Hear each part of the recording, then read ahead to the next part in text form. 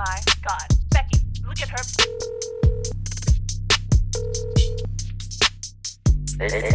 Let Me Mansplain Podcast. Hello?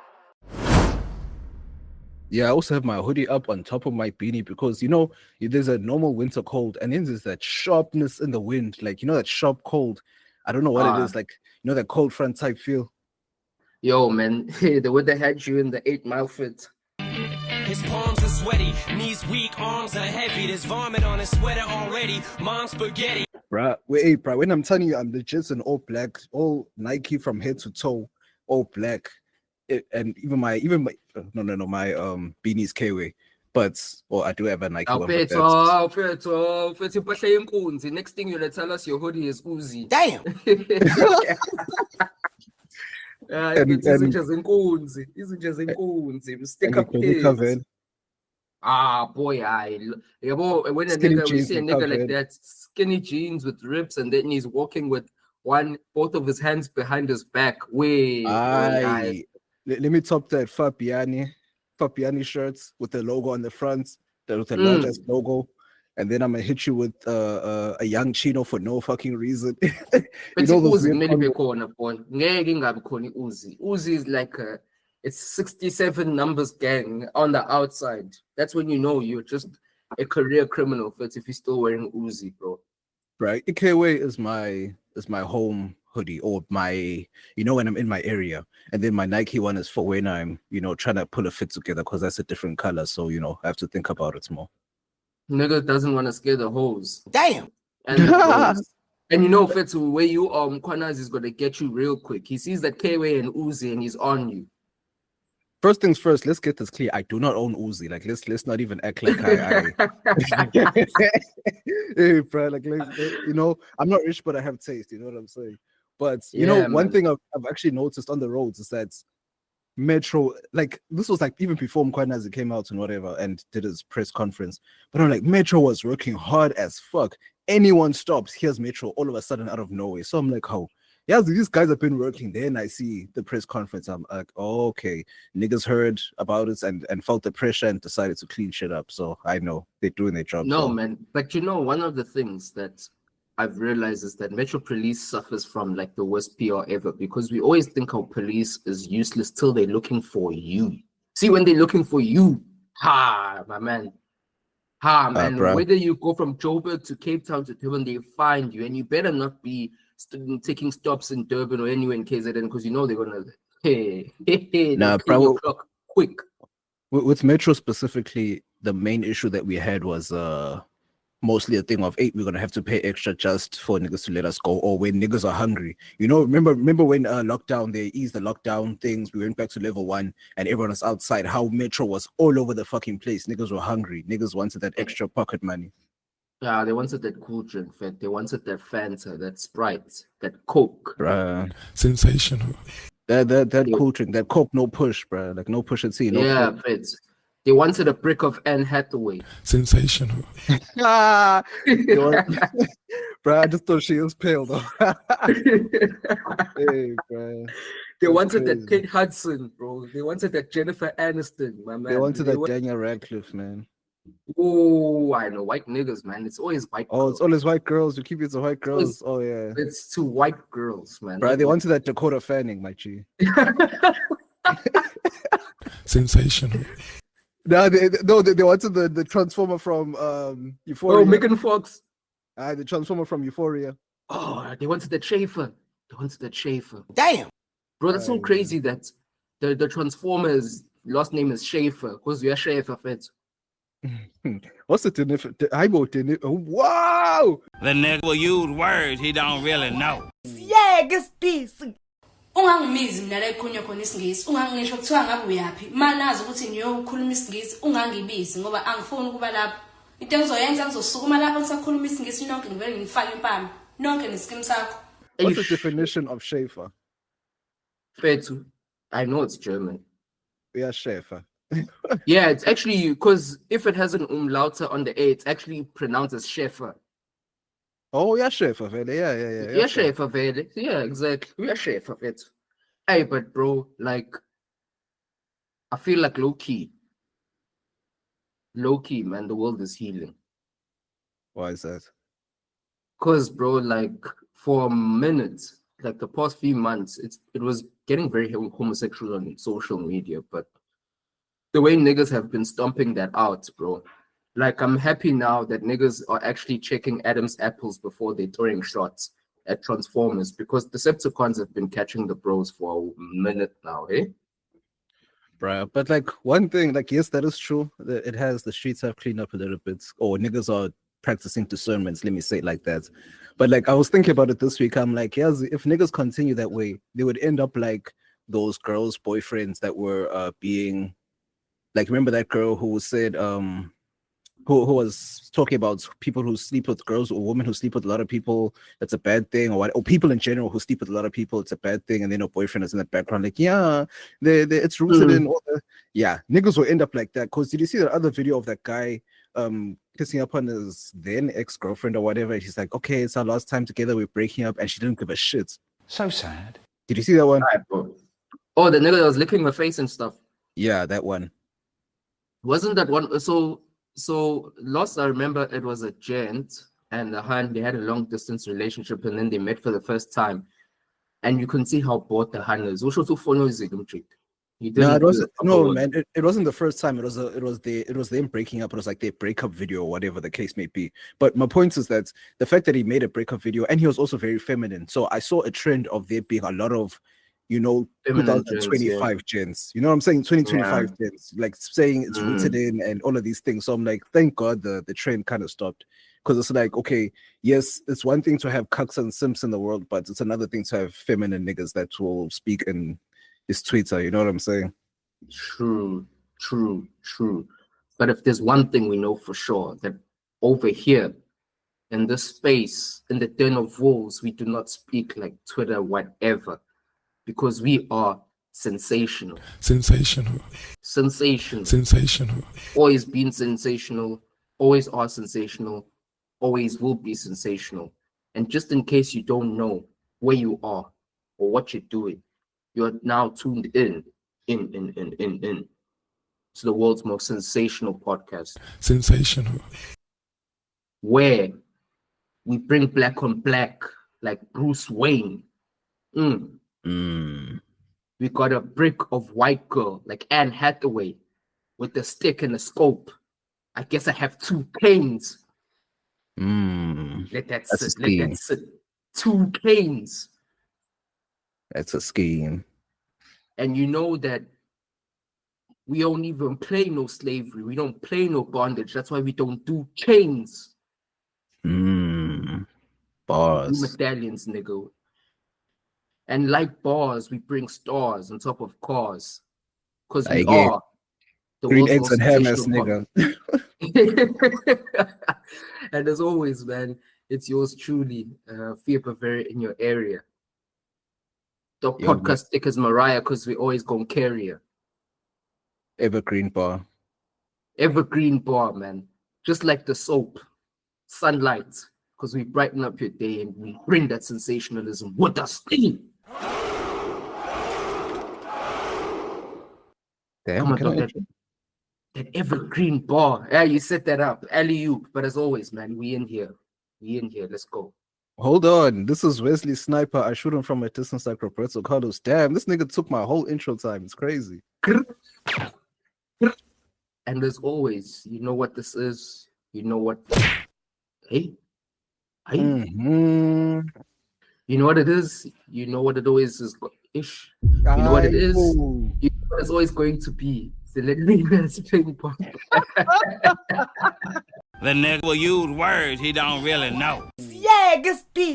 Ungangimizi mina la ekhulunywa khona isingisi, ungangisho kuthiwa ngabe uyaphi. Manazi ukuthi niyokhuluma isingisi, ungangibizi ngoba angifuni ukuba lapho. Into engizoyenza ngizosukuma lapho ngisakhuluma isingisi nonke ngivele ngifake impama. Nonke neskim sakho. Yeah, drama, Jay, about it. Hey, you know, the bars were just flowing, my man. Hey, it's sunlight. Hey, it's sunlight was just going, my guy. It was going. Yo, I could always hear your data bundles running out. Yo. Sure, dog. That's crazy. It was depleting. But you know, this is Let Me Mansplain Podcast where everything goes just as long as you can mansplain it. Yo, I feel like knowing that we have a lot of like listeners from all over. I feel like I need to explain the sunlight thing, man. Because the sunlight bar, I don't think you have sunlight. Well, Unilever is global. So the sunlight bar, that green bar of soap, that's the bar of soap that raised generations, man. It's the biggest one. It's dishwashing, washing machine, washing skin, washing everything. Body soap, clothes, all those different things. There's also hand washing soap for clothes. So exactly. So that's the one where, you know, niggas don't want to break up with it. Like even when it's broken into 2 pieces and there's a little bit of soap, niggas will still rub it on and use it because it's a mainstay, bro. It's an evergreen bar. Sensational. Sure, niggas will put all of the small ones together and make one giant one and then use that until it finishes. Bro, trap soap. That thing can clean your record. That's a bar. Hans use it because it cleans their body count too. Damn. That's crazy. That's insane. Yeah. Hans use like Dove or whatever. But bruh, like speaking of Hans, randomly, like you know, you mustn't underestimate their drinks, yes, because you know that's mimosa one, the one in the orange bottle. I see homegirl drinking that thing. I'm like, okay, whatever. I'm like, look at Can't this. Be that bad. No, it's not really, yeah. Well, I'm like, this is for chicks. Like, this thing will knock you out. You get fucked up. I'm like, it's okay. Let me just hit this a little bit. I hit it. I fell asleep maybe like in about 30 minutes. And then I woke up. I'm like, nah, man. You see, this thing is dangerous. Because it's not like, it's like having a perfectly balanced vodka and juice type thing. You know what I'm saying? So that's why I get it. So I'm like, oh, okay, that's why people get fucked up, because it's like it's actually a good balance of both, because it doesn't taste like there's too much alcohol, and the alcohol is strong enough to get you there. So I'm like, oh damn, shit, it's crazy. I know chicks drinks, you can't underestimate it. And that was just one glass. It wasn't something I overdid, like 2, 3, 4. No, just one. And I went maybe it was because I was tired actually, but that's another story. Man, that happened to me once with wine. I always took that lightly, bro. Like, especially when you're sitting and you're sipping and you whatever, and you're sitting with shorty and just can't say a hamper, bro. Like, time's going, you're not even aware. And then next thing, bro, like you feel tingly, you try to get up, it's not smooth. The mechanism's not going as smooth as it is. You're buffering a little bit. That's one. The other one, it's like I recently went out with shorty, bro. Long Island iced tea. You see, that's another one that I didn't see coming. Yep, I did that too. Facts. Long Island iced tea and mojitos. And the thing is, bro, they make it extra. They make you not take it seriously extra when they put the little umbrella. Yes, you see what I'm saying? Thing, like, damn it, bro, what is this? I'm glad there's another nigga who doesn't take that shit, like who has my experience, bro. Because I remember, especially when I was in Cape Town, bro, and we went out, and then I had the Long Island. I'm like, okay, I'm not trying to get fucked up, so let me just get a Long Island. Little did I know, when I got home, bro, like you see, that was an all-nighter. You know, it's that kind of alcohol that makes you have that extra stiffness to your erection, like, you know, out of love. You know what I'm saying? Blue Chew. Bro, I'm telling you, it gives you that extra the extra love. Every nigga knows what I'm talking about. You know, you have that extra and then you can do any style you want. You can put one leg in the air, one leg under the bed, one leg on the headboard, one arm underneath the armpits. Anyway. And like, one of the things I realize is that, I don't know if it's just me, but things hit you different when you're like on holiday. Like, if there's one thing, I don't know if it's hood science or whatever, but if you drink like standing up or you drink sitting down upright, the things flow, everything goes, whatever, cool. But if you drink lying down, oh man, I remember I was on holiday, man, on vacation and soaking up the sun by the beach. And you know those beach chairs where you kind of laying down but sitting at an angle. And then there was the drink on the side with the umbrella. You just keep throwing those things back. And Feto, and then when you try to sit up, hey. You fucked. Yeah, it's because you're relaxing. Your body's in the states of comfortability. But I know chicks drinks, you can't underestimate them. Absolutely not. And also the funniest thing is, like, I remember there was a TikTok going around where the guy was going on about, hey, you know what? So men need to unburden themselves from the burden of masculinity where we have to drink hard tasting things, man. I'm gonna drink myself a fruity thing. I'm gonna drink myself a cocktail. I'm gonna drink myself a Mai Tai, blah blah blah. And I'm like, bro, I really realized that just because the thing tastes hard doesn't mean it is hard. Pause. Facts.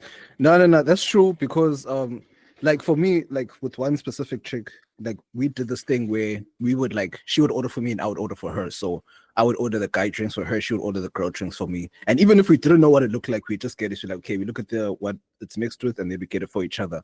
Every single time, even though we didn't know what it looked like, she always got me a pink drink. And then I'll just stare at her and she just sit there laughing at me. I'm like, hey, bruh. But no, man, like just because it tastes strong and you're waiting for that kick, so you know that's okay, this is strong alcohol. But that's when it comes to the white alcohol or the clear alcohol, that shit will hit you. Ram, even ram. You see ram. Crazy. Captain Morgan, fit. Captain Morgan. Yeah, that's what I was talking with white guys back in them days. Because my bad. No, I was saying I got my lecturer bought me Captain Morgan after graduation, like as a present. Wait, is this a female lecturer or a male lecturer? Because let's not. This is salacious. This is some salacious stuff. They bought you a drink? No. No, the thing is, she bought all of us, like all of the guys, because we all worked at the same company. All of the guys? Hold up. Wait a minute. Something ain't right. Because there were only niggas in our class. No, I'm telling you, there were only niggas in the whole course. I'm telling you, like, there was probably like, okay, not only niggas, there were, like, we could count the girls out of like a large amount of people. You can literally count the chicks. But anyway, count the chicks, but she only bought for the niggas. Now we know how niggas were getting this. Listen. I'm running for the misogyny, Dio. The reason why I shouldn't buy for the chicks because the chicks didn't pass. So sad. I didn't pass. So the fuck? It didn't put your what are you saying? Didn't now, graduate. So the fuck? What are you saying now, G? No, what I'm are just you saying, saying, bro? Because as a gents, we just all got like. Because no, she actually gave it to me to give to everyone because I was there, or I went to campus and then I went and got it, and then I went back to work to give it to the guys and stuff. So I'm just like, I know. Wait, yeah. Hold up. So she gave it to you to give to everyone. Everyone had an individual bottle. There was 4 of us. Tell me, Wesley, where did you build this trust between you and your lecturer? We literally all had it. Like it was to us, we were like gave to you first. No, not to me first. It's because I was there. Listen to this nigga trying to flip shit. I was just there. And then since niggas couldn't leave work, I was the one who could enter and exit. Okay, not the only one, but a few of us could enter and exit. So I'm like, hey guys, I'm gonna go fetch my degree here. Let me also get that. Niggas like, it's cool. Then, easy. Look at this nigga trying to create narratives. We're going to leave an asterisk there as we move along briefly, as we move along smoothly, as we slide forward. Pause. Bro, but before we get onto your topics, there's one thing that's really fucked me up that I forgot to ask/mention. My question is, because I even saw on Twitter they put this thing up and it just reminded me of a crazy conversation I had with these other gents. Would you buy, like, let's say Dortmund had a beautiful kit, a fire kit, like a kit that just doesn't even compare to every other team in the world. Would you buy that kit? I've never bought any kit that isn't for my club because there's been some bangers. Like last season, Juventus came with some other bangers. I don't buy other kits. I can appreciate, but I'm not one. And PSG always has bangers, but I'll never buy PSG one. But it's not just other kits, your rivals' kits more specifically. Nah, not really. Bruh, I had this whole arguments with the homies. Like, niggas were like, oh, yeah, it's fire. I'm going to get it. And then me and the other homie were like, whoa. Like, there was 3 of us. Me and the other homie were like, wait. Get what? Because men's is a United sports. I'm like, get what? Like, yeah, it's fine. I'm like, whoa. And like, where's this even coming from? It's like, how much you thought it's wrong? We're like, no, dog. You can't buy your rival's jersey no matter how fire it is. Like, she's on jersey. Like, no, that's not the fucking point. Bro, it's your fucking rivals. No matter what, you're supposed to say it's ugly even though you know it's fire. You know what I'm saying? Dog, like, I'll never put anything Kaiser Chiefs on my body. Ever. You see what I'm saying? No matter how fire. Cut, dry, paste. No matter how, because last season that Kappa thing that they did was niggas weren't feeling it, but them shits were hot. They hit the streets hot, fire. Obviously, the Pirates one is always better, but bro, it was a fire joint. He'll never put that thing on my body. There's no Right. way. Like for me, yeah. It's only plausible if you're like a casual to do that. I get that if you don't really watch like that. But there was Yeah, there was one Pirates jersey that had the skull and the cross like in like a faint thing on the the orange one. Was it the orange one? No, the black one that had the black Yeah, and white. okay, I see what you're saying. 2017. Yeah, that one was fire as fuck. But would I buy it? No, because it's a direct rival. Even though I don't even watch Chiefs anymore, it's a direct rival of a team that I used to support. So now niggas want to buy rival shirts just for the sake of it looking fire. Like for me, I understand if you get a Bayern shirt and then you get a Liverpool shirt and then you go get a Juve shirt or whatever. You know, like that's understandable because different leagues. But if you go get Bayern and then you get Dortmund and then you get City and then you get United, you know, I know, man. Bro, I wouldn't even get a Liverpool one after how those niggas have fleeced us, bro. I wouldn't even get a Liverpool one, bro. The ways those niggas are fleecing Bayern right now, bro. 75 bands on Diaz. I know we talked about it off air, but bro, come on, bro. Come on, man, bro. I like the fee. I don't know about that but it's like I'm in the middle when it comes to the fee of 70 bands because it's like not 70 bands, 70 mil. Because it's like you're getting a quality player, but it's not like he was off form. You know what I'm saying? He wasn't off form. It's just that he just didn't play that much. Even he was still scoring even when niggas kidnapped his parents. So it's like he can play through damn near anything. It's just that niggas. And he's dope. He's dope. I think for me, the biggest problem is the fact that the nigga is a 97. He's a 97 kid, bro. Like nigga's gonna be 29 in like Feb. And like obviously not all footballers crash at 30. I think he's gonna have a bit more miles to him, a bit more longevity. But bro, like that for that type of player. Just because he's South American, that's crazy. Nah, I just think most players you hesitate when a nigga's approaching 30 to drop crazy bread on him. But I think he's got longevity. The way he plays, he's great. His game is a bit pace dependent, but nigga's a tricky winger. He works hard. He does everything. So it's an alright signing. It's just the paper that bothers me. But it is what it is, man. It's actually a great price because you're buying them from the champions of England. And also he's 28, so it's not like you're buying a kid where you're like, okay, no, but man's is yet to get experience, so let me put 40 or 50 now. Like I think it's actually a good price. 70 is not bad because the champions will let go such a good player. He's scored and assisted a lot and all those things. So niggas are just letting him go not because he sucks, but because he's not in the plans for next season, basically. True. I can hear that. But again, also the game is gone, bro. The game is gone. Some of the figures, like even the Ekitike, bro. Ekitike is dope. He's a great player, but 90. Bro, the propaganda even that's surrounding these young niggas. Yes, you're promising, but you're yet to show us something that makes us say that you're gonna be the one or that you're next up. That's the annoying parts. And like clubs like Chelsea, we just keep recouping on niggas. We recouped on Mouse. We recouped on yeah. We're about to recoup on Mandem, the president of Mandem FC, dog. You recouped on that nigga. Gamnandi foot. Bro, like sensationally so. Joao Felix. We're selling Joao Felix for I think about 50 or so or 40. Yeah, 40 mil. Man went to Saudi. Oh, he's in talks. Or it's like it's here we go. Here we go. Yeah. Here we go. Got dropped. Yeah, I was following it this morning. I'm like, no, it's damn near done anyway. So Al Nassr, that's fine. Give Chalobah his 14 back, please. But anyway, yeah. So niggas have that. So like Chelsea were doing good business in terms of that. I think Barca.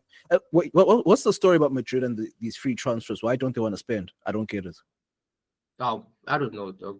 I don't know. I didn't hear much whisperings about financial instability because the only thing I know is that Barca is strapped for cash. That's why they went for Rashford on a free, not a free, but a loan. Yeah. They did a loan thing with a 25 mil option, which could be a great transfer because Rashford is a savage, but you need to wake up a sleeping giant there. Yeah, but I think also Madrid are kind of balancing the books because the wages they must be crazy. The craziest. The fact that like Kylian is on 30 mil. Yeah. Now Vinny also wants 30 mil. And niggas are like, nah, bro. Niggas say they must up his performance or leave. Yeah, up your performance and leave. And bro, at the top level, that's what you gotta do. Fact. That's what you gotta do, bro. You can't be playing around with Gnabry and Goretzka on like 17, 16 mil a year. Niggas on, bro. I don't even want to talk football like that, but You niggas are cooking. You niggas are definitely cooking. Yeah, squad depth doesn't kill us, and it's something that I was thinking about earlier, where I was like, you know what? Squad depth is something that killed City. That's why they went trophyless. Because niggas were, even their backups weren't really cooking like that. Some about Grealish and etc. But it's just like niggas' legs were gone early in the season. Niggas were doing well, and then suddenly they were fucked, and then they had to pull strings and whatever. So, and also it's like them getting or making sure that their squad depth is good is kind of difficult because of how they've been getting away with the FFP nonsense. So they keep ducking and dodging the FFP and all these things. So they can't necessarily spend as much as, or not as freely as they want to, not as much, but as freely as they want to. But if they go ahead and I'm not too sure if they both Pep buy system players, so you don't know, like Haaland was like the last, like headlining player or like marquee player that he bought. He buys system players where he knows that you'll fit in my puzzle, basically. So City, I never, not worried, but I never. Yeah. Low key, Shirky breaks the mold. Low key, he's a baller. He's just a classical baller in the sense that you can put him in any position, left, right, center. He's just gonna ball. Will his output in terms of goals and assists be brazy? We'll still find out, but we just know he's a player, bro. He can just play, so it's not a big deal. But you niggas have done great business. If you guys land Xavi, oh my gosh, bro, you can have Cole Palmer, switch him up, put Xavi in the mix. Oh, I wonder I wonder what the tactical thought is behind getting Xavi Simons, because where is he gonna play? Because I think it's that thing of having a thick bench and having a thick squad. Pause, because he can play all across the front line except for striker. So you can put him on the left wing, you can put him on the right. Obviously, he's most effective in central half spaces, whatever. But at Leipzig, they play like a 4-4-2 with like two cams who kind of hold central zones and also go wide, because they like to go central in build up, and then their wingers are both pace demons. The strikers are both pace demons. So they can cover all types of ground, both centrally and width, and they come in and they do the job. So it's either way. And I think because you niggas have pretty fast, I mean, Delap aside, Nico is fast and also Pedro is pretty pacey. So I think that's what the thinking is around that. And if you obviously add Neto to the mix, you niggas will be cooking something brazy. Yeah, no, I get that. So I'm just saying in terms of tactics, I get in terms of squad depth and everything, because it worked for us last season and might as well continue with it. But my thing is just position, because Palmer's not giving up that 10 and Xavi Simons is not a sub. So we'll see. He'll most likely be on the left though, because we don't have an out and out left winger. We have Pedro Neto who switches both sides, but we don't have a nigga that's gonna get niggas to all Gittins is there. So I don't know. We'll see, bro. But I think it's one of the nice headaches to have, where you have to figure out your starting 11 versus knowing your starting 11 and trying to figure out how to get the best out of them. And you niggas are riding thin. That's the one that I don't rate. But we'll see, bro. Like, the thing is, with teams with very thin squads, yes, it hurts you in the latter stage of the season, but it also allows young niggas to break out. True. Out of the squads. Because for me, there's a young nigga in Bayern, bro. Put my words down. You see, Leonard's call. That's a baller, though. And I said this a couple of years ago about Musiala. It's like this guy is a baller. This young guy is a baller, and I know we're going to be talking about him. Another baller that I saw, that Liverpool kid, bro. I think he wears 51 or something. Rio, the nigga from the left wing. All right, bro. You see, for me, someone, I know he wasn't going to leave United, but someone should snatch up Ahmad, boy. That kid can play. Bro, see Ahmad, bro, that guy's crazy. And speaking of crazy transfer freeze, dog, did you see Mbeumo went for 80? 80. What a steal! And niggas, like, my question is, like, y'all niggas were crying about money, but are spending that much. Like, where's it coming from? Niggas are having damn near pies or fish and chips for lunch in the training facilities. So it's like, where does this money come from? Because I'm not saying they're headed towards Barca's way, because United's money is quite deep, but it's just like, where's this coming from? Prem sponsorship is crazy, so yeah. But they literally almost got relegated, so of course they didn't win that much money. But I don't know, 80 racks or 80 mil on Mbeumo is wild. I would say 45 would have been good around there. But yeah, 45 to 60 is plausible because he's a baller. He's one of those And- underrated streets yeah, clutch. Streets will never forget. He's clutch. He scores. He works. Everything. It's the type of player United needs. He's not too flashy. He's not too lifestyle type nigga. So it's gonna click. And then obviously they got Cunha, great business. I don't know what that nigga's doing with his career because going to United is tantamount to career suicide. So we'll see. But Bruh, it's coming together. Mans was at Wolves. Yeah, he was at Wolves. He was at Wolves. But bro, you want to take a step up to something that's gonna elevate you. Like United is just flatlining. Niggas who go there never leave the same. Oh, niggas don't have extra competitions. They're only playing in England. Damn. Yeah, we'll see, dog. We'll see. I actually forgot United. They're not in any European competitions. That's mad. Nope. That's Nope. insane. But niggas did it to themselves either way. So it is what it is. For sure. But speaking of playing, dog. Did you hear about the T app? Yeah, I heard about it, and whoever hacked it is sensational. Nah, before we even get to the hacking, bro, for all of you who do not know, there was an app launched recently that caused a huge stir on social media called the T app, where women can anonymously log on and give reviews or give warnings about certain guys who have red flags, and it was intended, so they say. Certain guys that they Safety. deem to have red flags. Yeah, guys that they deem to have red flags, and it was intended to keep women safe in the dating experience, which is a valid concern because niggas are crazy out there. Valid concern, but the way they went about it was fucked About up. it was crazy. But obviously, not far from there, it started causing problems where bitter Huns who dismounted the relationship not so well were starting to post fake reviews and slander niggas and talk shit about niggas. And I even saw a video on TikTok. This guy was like a young nigga, man, like 19, 20. He's working a job at a restaurant, and the Huns there really went on there and cooked him because he wouldn't. He was fuck with crashing them. out. Yeah. He Was crashing out. He was like, bro, everyone is sleeping with everyone at work, and because I don't partake now, they think I'm better than, and they went and cooked me on this thing. And then like, no. They cooked him because they were like, they think that he's kind of sus or whatever, because he don't want to smash them or whatever. Which is crazy. That's crazy statement. But my main thing is that it doesn't matter. You're not allowed to create. Not that you're not allowed. You're obviously allowed, but there is no repercussions. Yes, there's repercussions, of course, but there's no merits in making an app like that. Why? Because number one, it's called a T app. No matter how you put it, T is a colloquial word for gossip. So all you're doing is just gossiping. This isn't real. So Nina, y'all are just shitting on niggas just for the sake of shitting on men. That's what you're doing, and that's the whole base of it. No matter how you try to flip it, because making an app just to say, oh, this guy isn't good, this guy isn't good, there is no way to even prove that. You may just be scorned or may just be bitter, and then you come and you put niggas on Front Street for no damn reason. It's happened throughout the years, even back in the day, before 2020, even before social media, bro. This thing of talking crazy in people's ears because so and so dumped you, dude, that's always been happening. For sure, since the beginning of time, basically. But now to go ahead and create the app, and then like I think it's like the web developer is hilarious. Okay. So yeah, man, it's so fucked up because it's like how.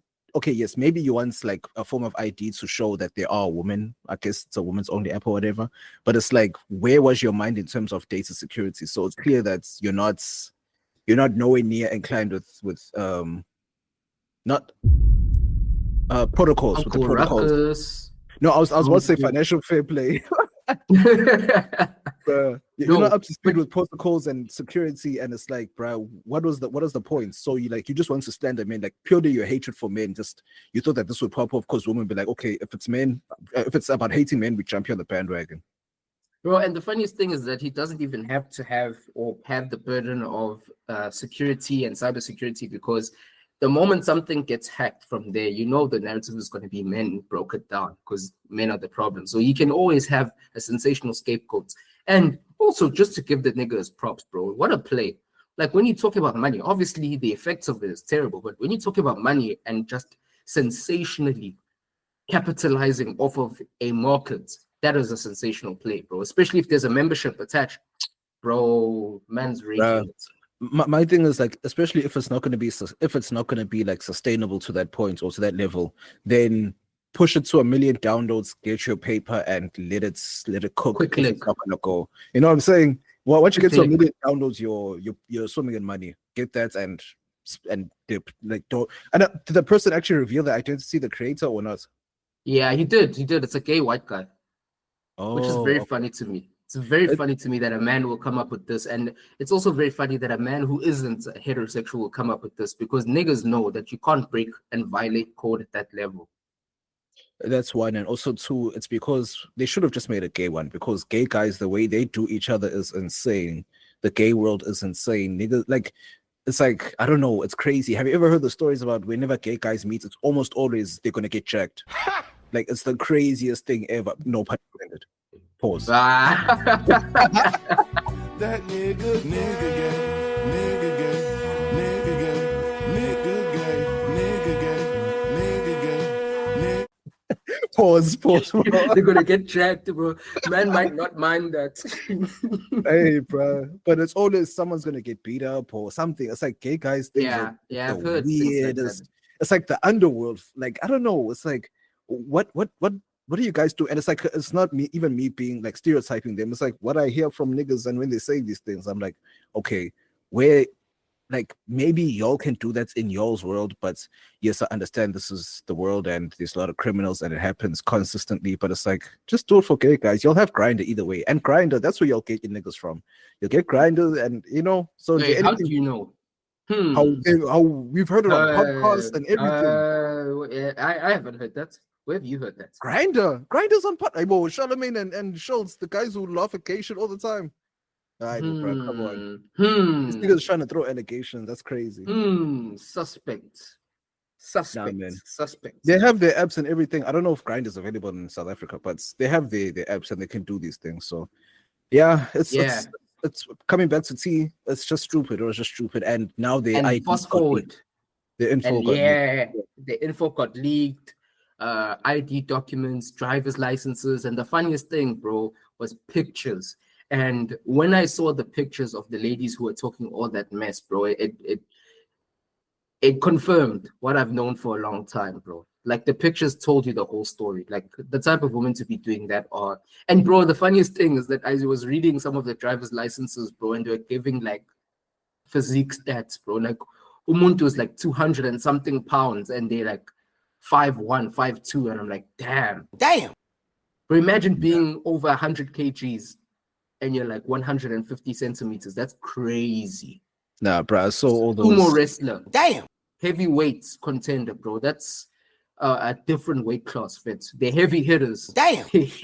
No, bro, I saw all of those screenshots of their weights and all those things. But the thing that killed me is like the heat map of like, or basically the pins of seeing like where everyone, or where in America or in the Americas that people downloaded it from.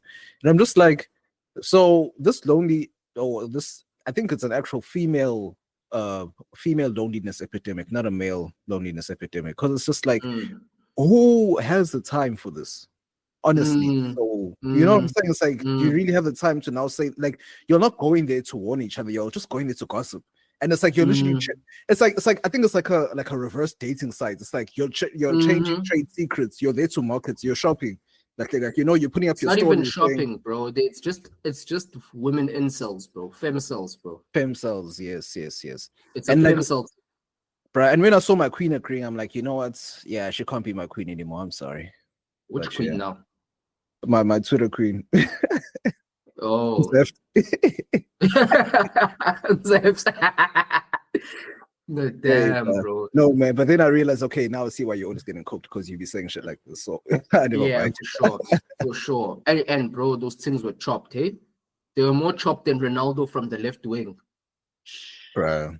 And what a skill that man always used to pull out. But no, man, stuff like that is stupid. We've always had, I don't know if you remember our one from back in our day, toilets.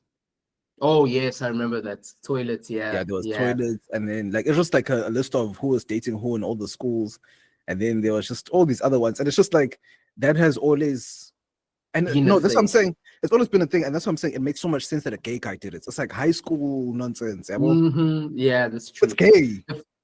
Yeah, it Pretty is. much. It Yeah, is. yeah, It yeah. is quite. It is quite most. And the funniest thing is that niggas actually spin the block with their own app. True. But no, they branded it and you can download it. It's called Box Score. Box Score.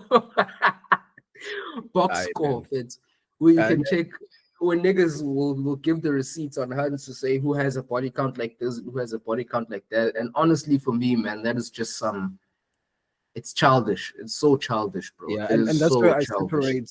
separate the West from the actual From African continent, because it's like for us, not even the West, but it just separates real niggas from incels, because it's just like yeah. it doesn't matter what happens, it's that we're still keeping those options on the table. So why are we now posting them? Because now they'll know that it's you, and then you get fucked up and you're not gonna chow again. So it's like we're keeping those on the table, and it's just like, even if you got bad bugs, leave it. You know what I'm saying? Like, why are you trying to warn other niggas? Niggas will find out for themselves. Let niggas find out, because that's an experience that they need to go through. So now you're taking away the experience. Just how, even if it was bad, just be like, okay, yeah, it was bad, but hey, I still hit though. Sensational. Yeah, I guess. But for me, it's like it's almost a sign of the times as well. Because right now, I've never in my life read about a time where people are so negatively focused than now. Because it's almost like people don't know what they want, but they focus more on the things that they don't want. If you hear what I'm saying, it's like very seldomly when it comes to dating and mating and all that type of stuff, where people talk about, okay, I want this kind of hand, I want this, I want that, this is what I'm willing to go for, and once I've gotten it, I'm good, I'm happy, I'm whatever. It's always, nah, I don't want this, nah, these hoes that are like this, these niggas that are like this or that, and these niggas are like this or that, and then you get something close to what you think you want, and then you're like, yeah, they do all this, but yo, this thing that they do pisses me off. And I'm like, bro, if you don't watch out, you're gonna go through your life miserable. And when your life ends and you at the pearly gates, well, pearly gates for some of you, a lot of you are going into the love of you, but then You're going to go chill with King Von and Hulk Hogan. you're going with King Von and Hulk Hogan, bro. But when that comes, man, you'll see that you would have wasted your life spending it on hating versus spending it on going for things that actually matter to you. And that for me is the craziest thing ever. Wow. So crazy. Right, just to quote a great prophet by the name of Jermaine Lamar Cole, he said, I swear if niggas put half what they put in chasing ass into a craft, by now you'd be famous and rich. But I get it, you'd rather stay with a bitch. Right, you play with the pussy. Play with a pussy and let her play with it. Yep. Right. No, and it's so true, dog. And it's like, for me, it's actually even more messed up, because I thought about it. I had a random thought. I'm like, why is it that when it comes to all of this, right? Because you always hear that chat about, no, a whole face is important, this is important, and that is important. Why is it that the people who are loudest to say that are usually feminists? And let me cook on this, because think about it from a logical sense, right? If you think men have a problem, or men are problematic, or there's an issue with men, why are you now fighting to sleep with more men? Why are you now fighting to give more men access to your body? Like, if I was a feminist, I'd be a virgin, because no nigga would have touched me. Maybe other hands, but no nigga would have touched me. Like, this makes no sense to me. It's the same thing with niggas who are like, nah, modern women are like this and they're like that. And nigga are running through the worst kinds of holes ever. Like, for me, if you have a problem with modern women and you see that modern women are faulty or whatever and they have a problem, find a good one, stay by the good one. Then you're good. You don't have to deal with all of this. And counterintuitively, the more we do street stuff, the more we expose ourselves to things that we don't want. Yeah, it's and what's going on with this generation mostly, or what's going on today, not this generation, what's going on today. Yeah, I could say this generation. It's a thing of, and I'll say from the woman's side, is that they are always on some, well, I'm a horrible person, you should, or I'm this way and you should accept me this way, even if it may be horrible traits or whatever the case may be. So it's like, if I'm coming with an old school mentality of, okay, sure, let's meet halfway with certain things, and then when you're just all the way on your side and I must keep pulling you and I must keep asking you for things, yeah, well, that doesn't work in today's day and age. Maybe it worked back in the day, of course, but it's like, it's just a main thing of to do. It's like everything in the world is out of context. I forgot who used the phrase so well, but they're just like, basically everything is just taken out of context in the world, because it could be yes, people's grandmothers were complaining about the work that they had to do and whatever. But that was just them complaining. But the other side that they never spoke about was no, your grandfather came home and always had things cooked. Whenever she asked him to get him something, he came back with it, and whatever the case may be. It's like he always took care of that shit. It's just that yes, this was tiring, but it's not that I did not want to do it. It's just physically tiring. That's just number one. And then all the other things like cheating and all those other parts of a relationship. But it's just the context that this generation doesn't understand is that there is a push and pull. It's not just a pull. It's not just me, not just pull towards me. Because if you just pull, you're not going to get anything. As much as gents, facts, as much as gents do, just give anything up, whatever the case may be, time, money, or whatever. But it gets to a point. And it's now where gents are waking up and like, okay, shit, it's getting to a point where it's like, okay, I'm not getting any pull, or I'm not getting, or if when I'm pushing, she isn't pulling. Oh wait, well, yeah, whatever the case may be, whatever I'm trying to say.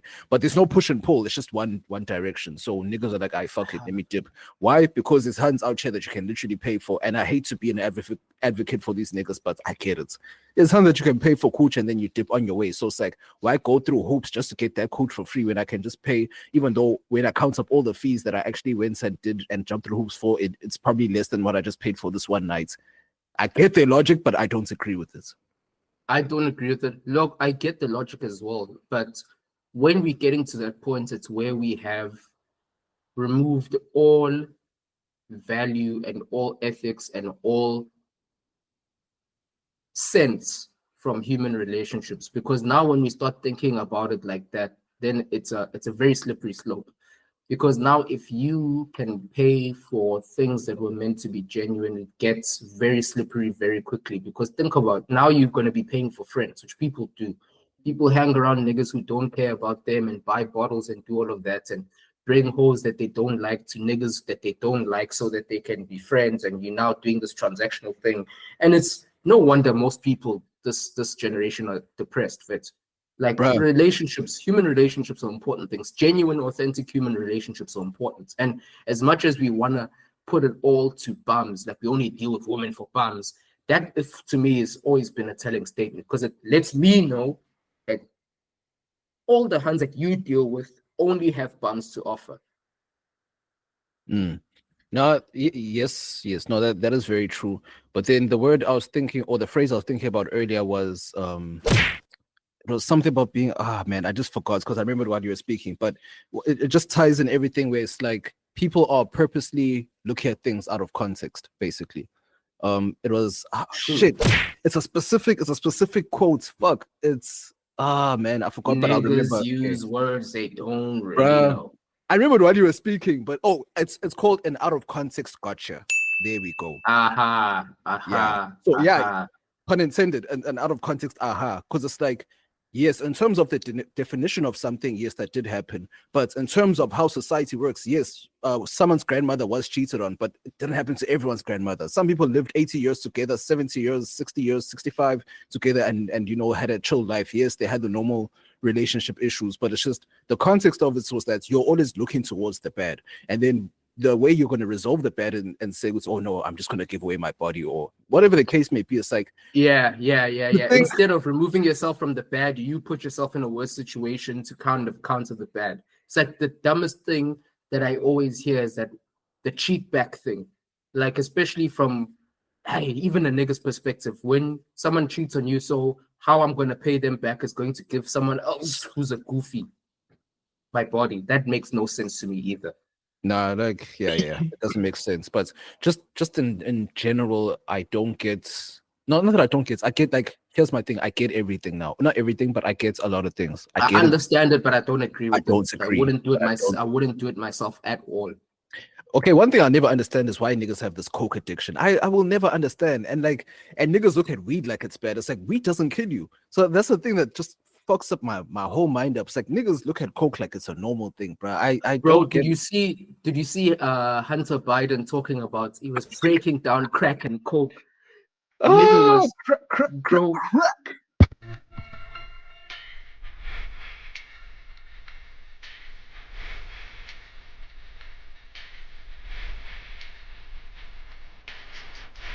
Bro, that guy was breaking down the white girl like the anatomy class, bro.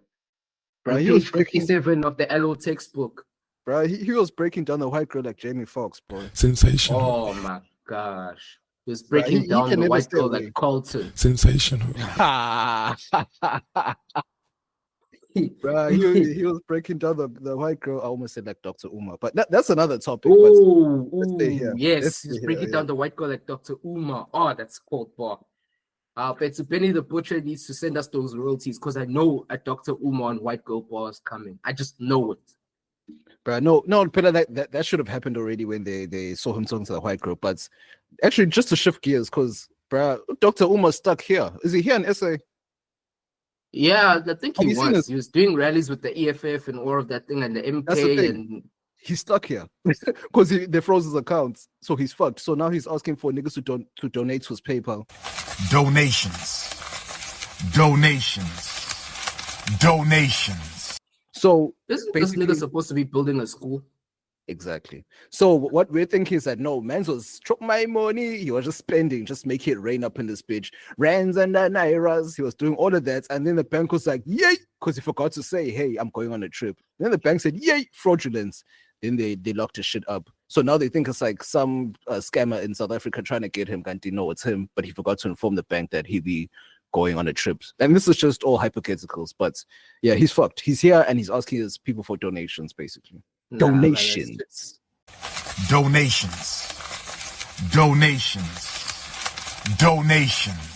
Donations. Nah, man, it's sad, bro. Like the modern influencer has turned into a very, very sensational beggar. Like it's the same with that gent. There was another gent on TikTok who was like a 9-to-5 influencer, and he built his following off of his 9-to-5 job. And then he quits his job, his followers dipped, and now he's asking for donations. And for me, it's like, you were a 9-to-5 influencer. Why did you think that you can quit your 9-to-5? That's what we came here for. But the mundo, unless you pivoted while you were doing your 9-to-5, then niggas stayed Thank on you. the pivots, then leave your job. Thank you. Like, you can't come to the world's most sensational podcast and then we stop being sensational, and then we try to do a cooking show, and then you think niggas gonna still rock with it. The ironic part is that we cook every week, so hey, we already have one. Sensational. No, man, well said. Very well said. But for me, man, this whole influencer thing, it's just gotten to that point where niggas no longer, not that they never did use strategy, because people just think being an influencer is taking pictures and smiling and people following you. It's really not that. There's a lot of analytical work that has to go into that. My question is, Dr. Umar, what were you doing for them to freeze your accounts? And like, you're going to a whole different continent. Why didn't you get your shit together? Man, I don't even know how people's minds work. Nah, man's is enjoying the holes on Africa. That's his problem. Man's is enjoying all the holes. And the thing is, he got caught up. He started spending too much, and the bank said, yay, fraud. And then now the fact that he's not even in the US is making things harder for him. So man's is stuck here until Lord knows when.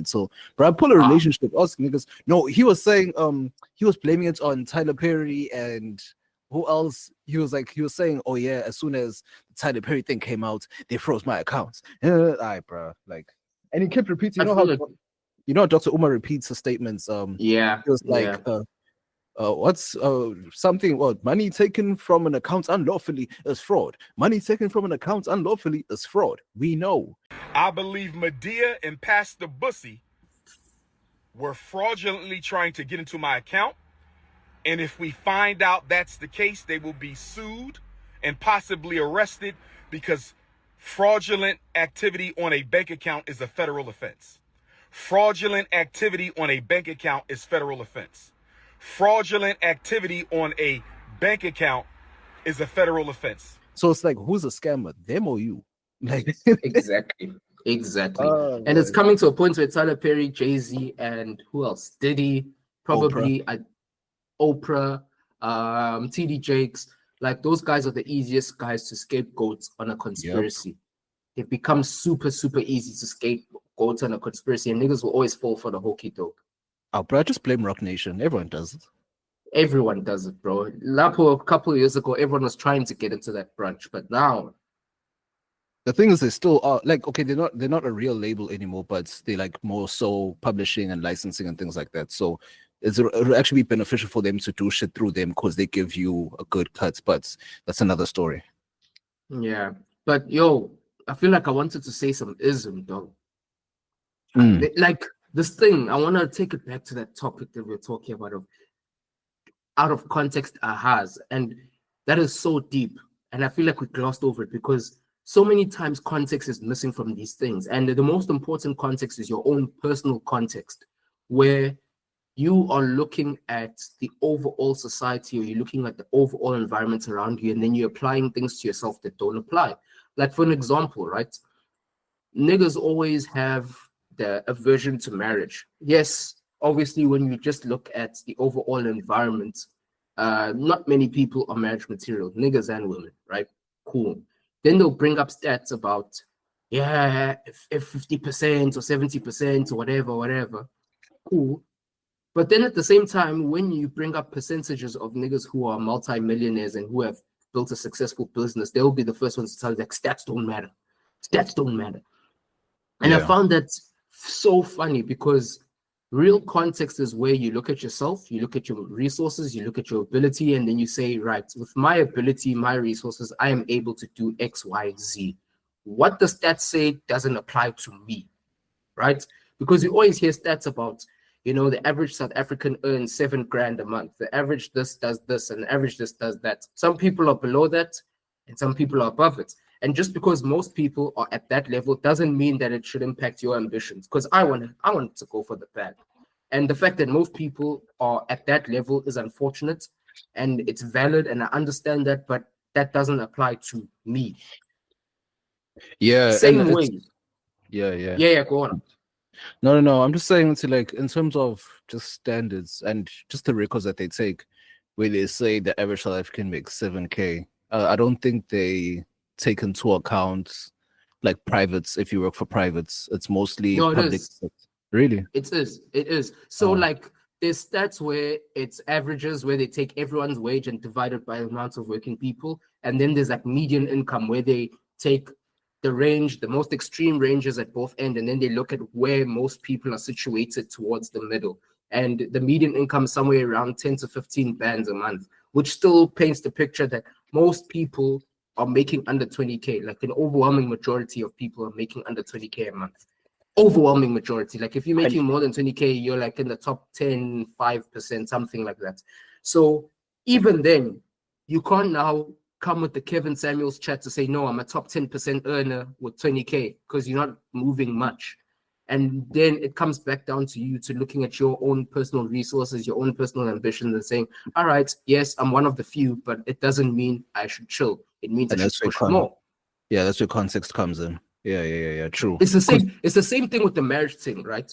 Because when I deep it, it's like, for most people, marriage is not an option because one, most people come from single parent households, they come from messed up situations. Not your fault, but for you and your partner being raised in, it shaped you, man. It shaped you, which means that a lot of the game and the lessons that you were meant to learn, you didn't get them. So you're going into this thing with no context of what this thing looks like and how this thing works. So you're just doing whatever, and then you're just obviously going to listen to either social media or your friends, of which who have never been from that situation either. So you're getting experience of how to play football from the timers who sits at the tavern talking about skills and what they used to do on the pitch in their day.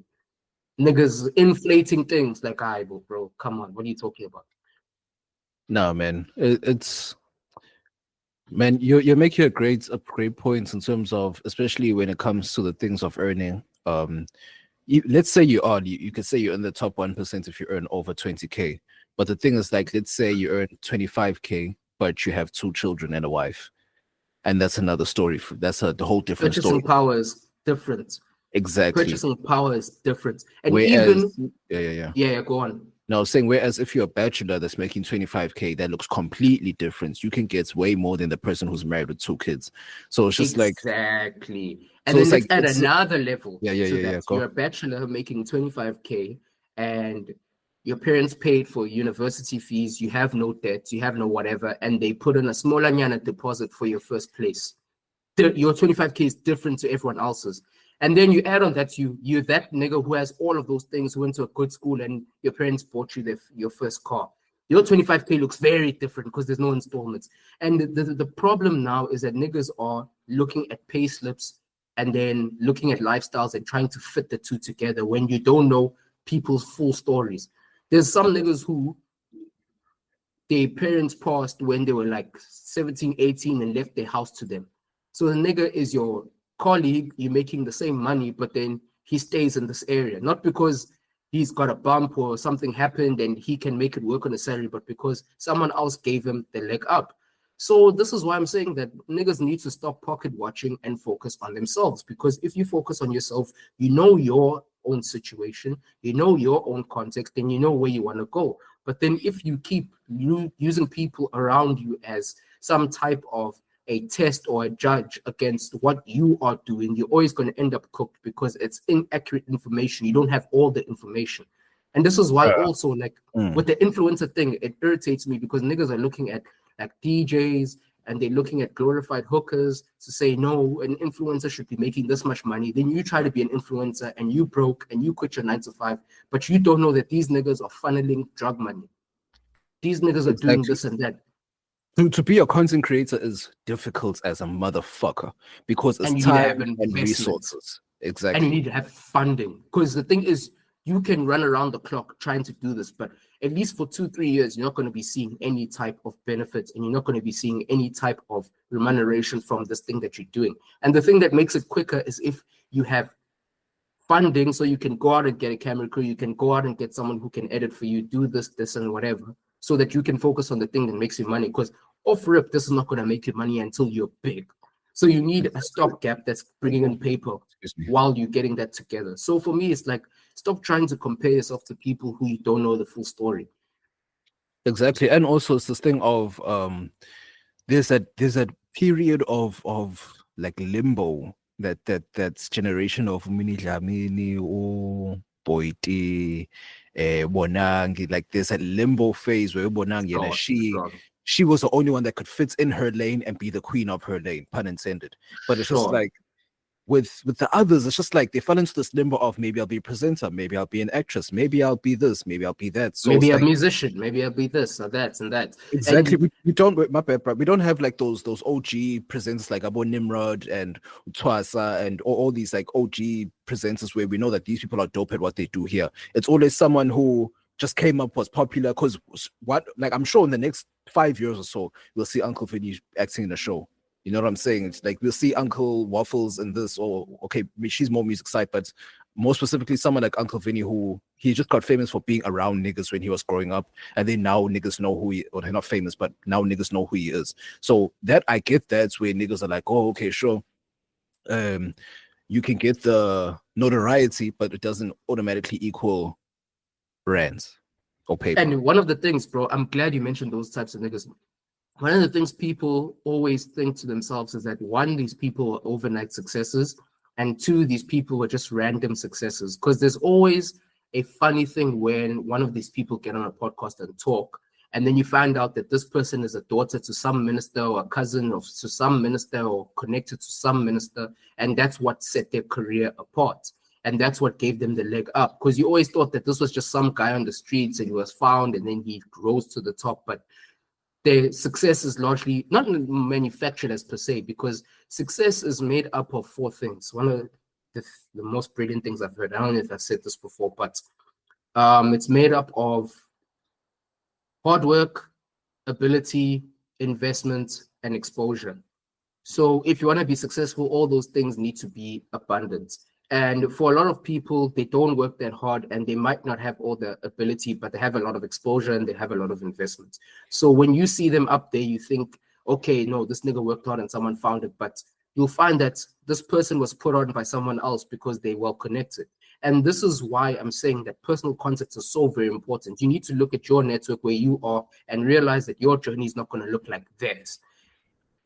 Yeah, it's always going to be different. Of course, you have the flashing lights, like when you apply for a job, you already start imagining your life.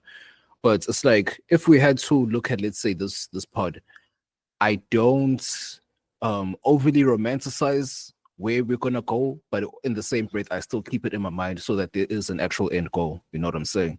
So it's like we're all handling our business. K.A.N.E isn't here, but he's handling his business. That's why he has the freedom to handle his business, because this isn't like the music industry, or I'm not Joe Budden telling firing niggas just for the sake of, you know what I'm saying?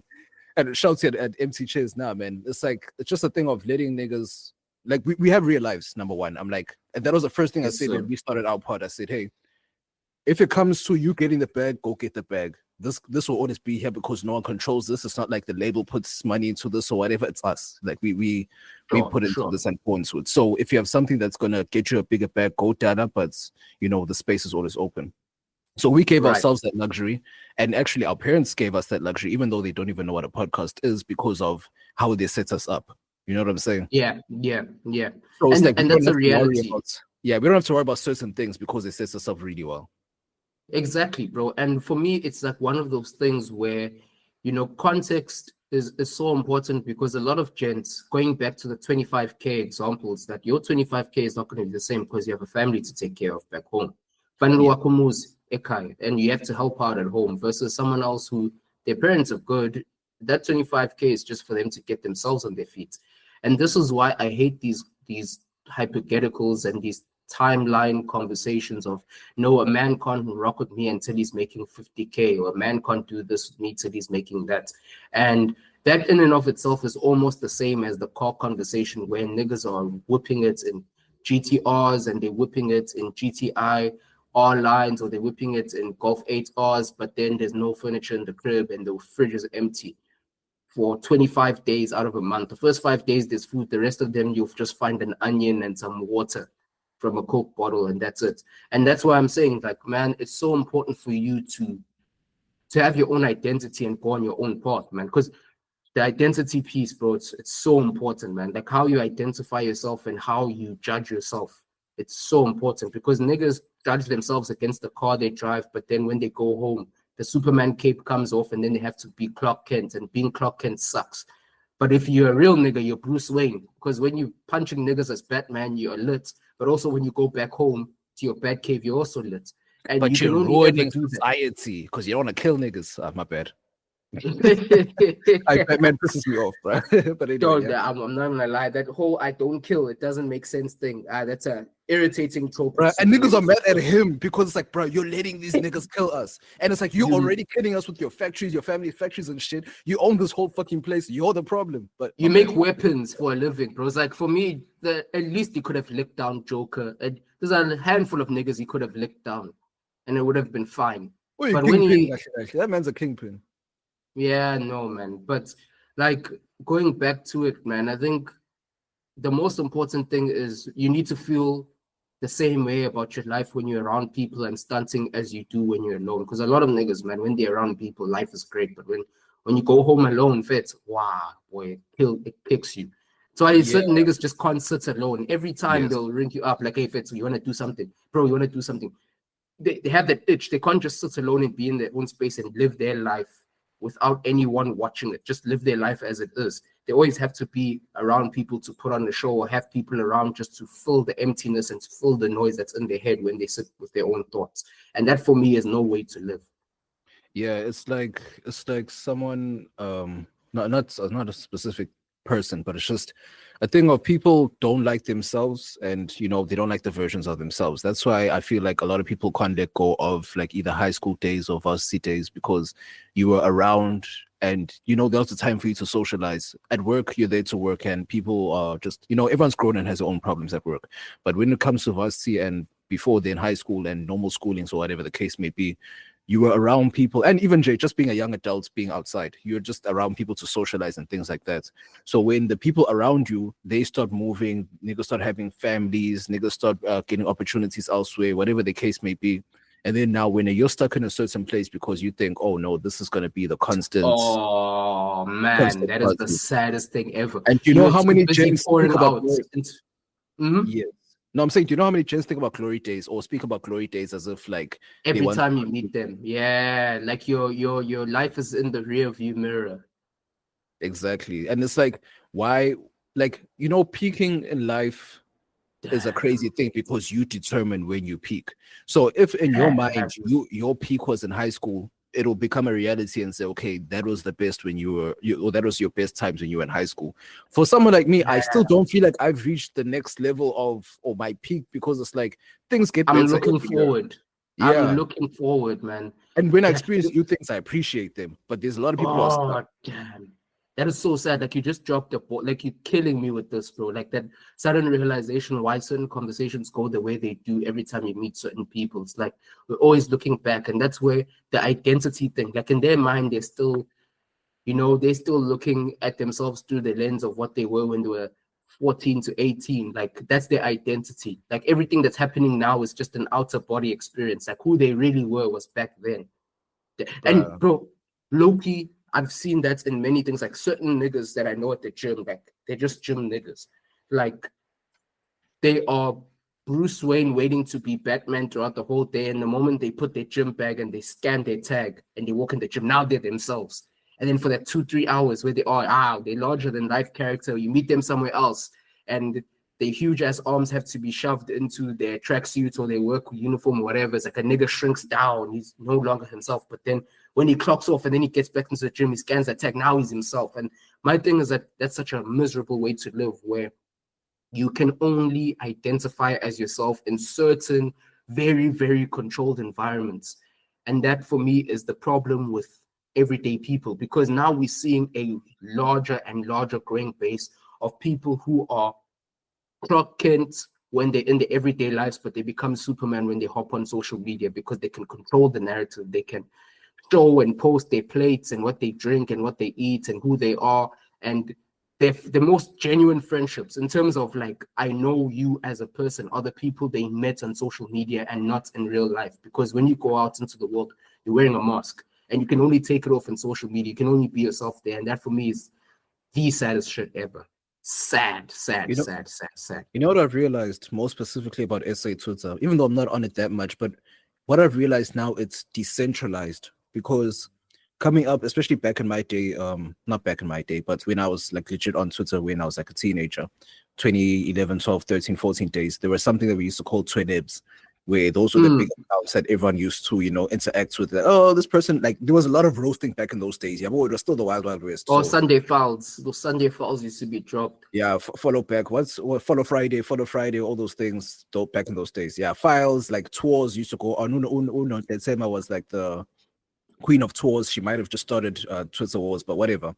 So I feel like back then there were like central points or specific accounts, and I think it's also the work of Elon, but it's just like a thing of now it's just spread across, where it's like, okay, everyone's living life, and now it's this person will say this person will say that. Because what I'm seeing now today on social media is like, yes, there are those prominent figures, because it's like there can be Nzeft, who's annoying, but she's gonna be prominent. There can be Void, there can be this person, there can be that person. Or Excel, can be you too. Excel and all those niggas. Excel, you too also. But it's just a thing of this many of y'all. Me?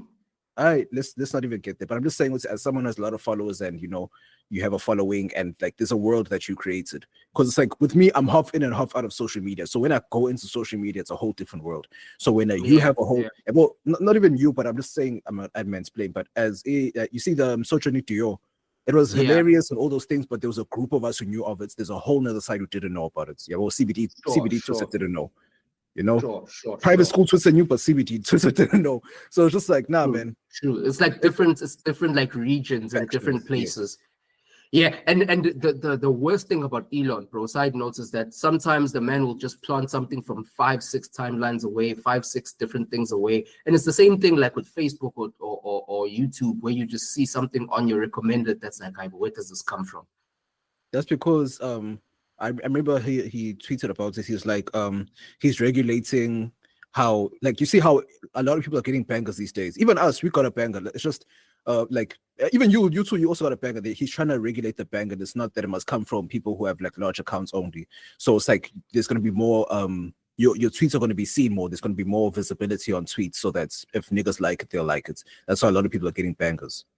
But also niggas pay for the bangers though. Because when you pay for that Twitter thing, I mean, I'm never paying for no Twitter. Why don't you, bro, collect a check from your tweets? Bro, niggas, I know niggas personally who have similar to bigger followings than I do, and they still say that they're giving Twitter more money than Twitter's giving them. Oh, never mind then. That's bro, crazy. like bro, that thing is not that serious, bro. I just go there. I like to stir the pot and then let it simmer and cook and leave and then come back to see what people say. Because people take this really, really, really seriously. Like I said something recently, and niggas were in their feels about it. And this nigga was saying, "Oh, you're an incel living in your mom's house." It's like me, I'm living life big. And then nigga goes to post that he's at South Beach. I'm like, how? He's stunting on me with the Indian Ocean, bro. He's standing on me with the Indian Ocean, bro. Come on, bro. That's where I'm like, niggas really think that this persona that they've put together is this larger than life figure, but it's literally something we can just do tomorrow.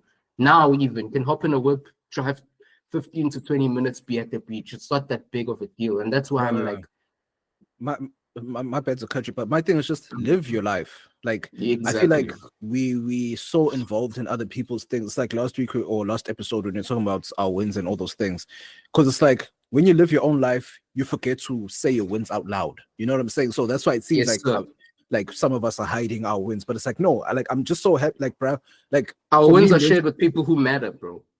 That's and it's also just like let me think, like let my mind settle, let the excitement go, settle down before I say something I'm not supposed to, or whatever the case may be. So it's like let me think about it and just relax. Because there's something I actually thought of recently is that this is how I know I'll never be a scammer.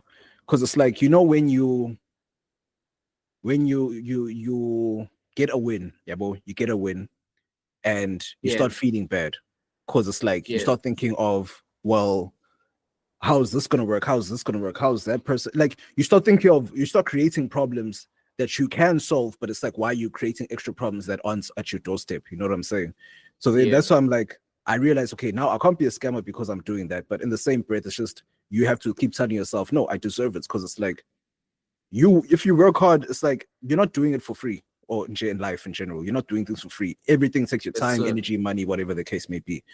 But when you do win, make sure you give yourself a pat on the back and accept that shit. You know what I'm saying? So I'm saying all that to say is that the way you accept it, the way you celebrate it, you can do it in private. However, the ones that overtly, it's like, man, it's like the people who tweets, I wish I can buy a car, and then the next day, it's like you've already done it. So it's like, why do that? Just post it and say, hey, I bought this. Just show us. Don't be like, oh, don't do the weird setup. I understand like the joke behind the setup now, but before, when it was a real thing, it's just like, man, like, and it's always been a real thing for people to do that. But we're so involved. See, to cap all of this, or to put all of this in one bracket or one umbrella, it's a thing of, if you're running your own race, why would you now look to the side and lose your targets, and then you're going to drift off into other lanes and focusing on your targets and winning? You're now looking side to side. You're going to slow down, focus on your targets and win your race. You're in your lane, win the race. Yes, there's people beside you, because yes, you're going to be around other human beings, but it doesn't mean that they're running your race. You're in this. Exactly. You're in your lane. You can only run your race. And the thing is, man, a lot of people are super depressed. Obviously, life isn't that great for most people. That's one thing that we need to always take into account. But another reality is that a lot of people are letting nobodies, niggas you don't know, niggas who have no care in the world about you, be letting those people define what is success for you. You have to define that for yourself. And that's why I keep saying that identity piece, like, who are you? What are you? You have to decide that for yourself, because if you don't, other people are going to decide for you. And the worst part about that is that you never really get to cross the finish line, because other people will keep shifting the goalposts for you, because you're giving that power to other people. So always know where your start is, always know where your end is, and you'll have a more happy and fulfilling existence. Because when you leave all of that in someone else's hands, bro, you're going to be miserable. And for me, this is like one of the biggest reasons why I don't like talking about my personal life online, because my personal life is my personal life. It's for me to enjoy. If you find enjoyment in it, great.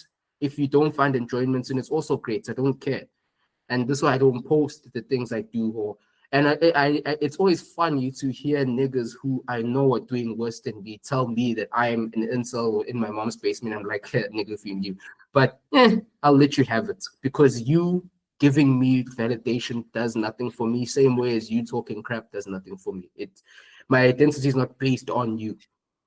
Yeah, it's quite funny when people try to equate, especially after they get a win, and then now they try to look at you sideways or whatever the case may be. And just like I'm just not saying because it's mine. My main saying in my life, I'm just like I don't have secrets because my business is my business. You know what I'm saying? It's like it's not a secret. It's just my business. A secret is meant to come out. No, whatever I do in my life is for me and up to me, and it's just what I do. And then it's up to if there's other people involved in it, it's up to them whether they want to speak to it or not. It is what it is. But if not, or let me just say it won't come from me. Let me just say that. So I get what you're saying in terms of, man, your life is your life, and it's just like, and people want to act like you're trying to be mysterious. No, it's just, bro, I'm living. I'm living. Things. You are the extra. You are the non-requisite. Yeah, I'm the steering. You're the add-on. Yeah, you're the extra that says haha every 2 minutes. Yeah, like I'm the steering in my life. I'm the main character of my life. You're the one on the sidelines who gets the bonus content, who gets a little bit of the skim clippings. Like the most thing that's being done is the thing that I do day to day from the moment I get my head off the pillow to the moment I put it back on. So again, man, I just think we're talking a lot of things, but if you hear one thing, and if there's one piece of ism you got to pick up, it's that your life is your life. You were born alone, you will die alone. There's many people you'll meet along the way. Some will be there for a reason and some will be there for a season. It is what it is, man. But the people who are there to help you push with them and make sure that when you are pushing, you always take it to the T. Bruh. And speaking about the T, bruh, did you hear that Wale and Pusha T song? Nah, dog, I didn't. Like, okay, Wale, what's it called? It's called Damage Control. Damage Control. It's gonna be on a compilation album, so it's by Culture Jam. Wale and Pusha T. Yeah, but spittaz outside. Love it. That's number one. The rappers are outside, bars are flying left, right, and center. First things first, I haven't heard Wale rap like this in a while, where it sounds like there's purpose to his raps. And you know how Wale swallows his words and doesn't let his punchlines breathe. He just raps, he just goes. This song, you hear every little thing he says, every single thing, and man's was barring up. I just want to try and find a few bars, but Pusha T's verse, my boy, I'll play for you just now. I just want to find I'll hear it because we don't want the copyright strike on the things, but let niggas hear that. Let niggas hear that and drop your comments, bro, on what you feel about that joint. Another joint that I heard recently that really pissed me off is the new Drake and Central C thing. Like, I get that the man is versatile. No, I hear it, but it's like, I think my temperature is not ready for that. Like right now, my temperature wants bars, man. Like I'm fiending for Drake to come on a timestamp thing right now, and it's a bop. It's definitely a bop. It's ingoma again, though. The track goes in, but like right now, I'm just fiending for niggas to show me their pen. You know what I'm saying? I want a nigga to show me his pen, man. I need Drake to show me his pen. Like for me, we already know that when it comes to music and versatility and your ability to stay in the mix and to be among the top dogs, you've already done that for 15 years, but I need to see your pen again. I feel like niggas have been throwing question marks at my man's pen, and I don't like that. I want you to come back on a pen. You know what I mean? No, man. It's rollout time. So he gave the hits in What Did I Miss? He gave the summer vibes because on that side of the world it's the summer. And then there's gonna be the rap joint. So like my thing is like, don't worry about that. That's still coming from Drake specifically. But my thing is, I actually like that song. Like I don't like the way it switched, but I know it's not for me. You know what I'm saying? It's like, yeah. It's for Caribbean type vibes outside. It's hot. Summertime. It's we in blankets, dog. We in blankets with high ass electricity bills right now. So exactly, we in blankets and that we got from ceremonies, traditional ceremonies. We didn't buy these. Sensational. Sensational. You know how many I have, bro? My dad is like, sensational. Every fucking one. Like we have so many blankets and everything. He's just collecting just for marrying people off, bro. But anyway, man. Bro, like that's such a real thing. Because I was talking to one of my boys and he's thinking about tying the knot. And unfortunately, he comes from a situation where like single mother household, raised by aunts and mothers and this, that, and other, and the niggas, like, he's in a problem about Mkongi. So for people who don't know, like, there's something called lobola, like bride price, basically, and when that happens, it's always like the men of the side of the family they'll go and negotiate on behalf of the groom for the bride price, and then they will kind of handle a lot of the dealings, and there will be the elders and the dealings. And because this guy, most of his family is like women, bro, like he's struggling for the Mkongi thing, and he has to reach deep into his pockets to uncles that don't know him and hardly know him, and people who are of that age who could do that are not his family. So it's such a sticky situation. It's one of those things where I appreciate that I have like fathers and uncles around me that could do that for me when time comes, because that's crazy, bro. Like, imagine someone to go negotiate. Imagine you signing a huge contract, bro. You want to buy a player and you send the worst agent ever who's going to come back and... No, I get you, but like that's how my pop situation was, and I think that's why he became Umkongi for damn near everyone, because he was raised by literally women only. Didn't have a father, only had aunts, like his mother only had sisters, only his grandmother was there, grandfather wasn't there, literally. So I've never actually asked. I think I'll ask my mom, because my mom will remember. My dad would be like, hey, so you know how old niggas he'll try to think, and then he'll be like, I fuck it up. I'm too old for this shit. Hey, bro. Like he'll try, I'll give him that. But no, man, like I'll ask my moms about that. But no, man. So I understand where he decided to become the specialist in that. And I think he has asked me once, when am I going to get married? And that was back when I was like 26. I'm like, I'm like, hey, bro, like you got married at 32, my guy. So relax. Let it cook. Let it cook. Exactly. Let it cook, man. Let it cook. Nah, but bro, like it's a very interesting thing. But yeah, back to the boy, music. Man. Forget that. No, but I like that song Essential C. It's a dope pop. It's a cool vibe. We're about to see roll up time, and I really hope this is roll up does himself. Yeah, but I really hope he outdoes himself, because like low-key clips has fried my brain, because every roll up just looks like peons. It looks like small things, bro. Because that was a masterful roll up, bro. What a roll up that was. Yeah, I hate that we always kissing Clips' ass, but that was some generational stuff that they did, bro. Wow.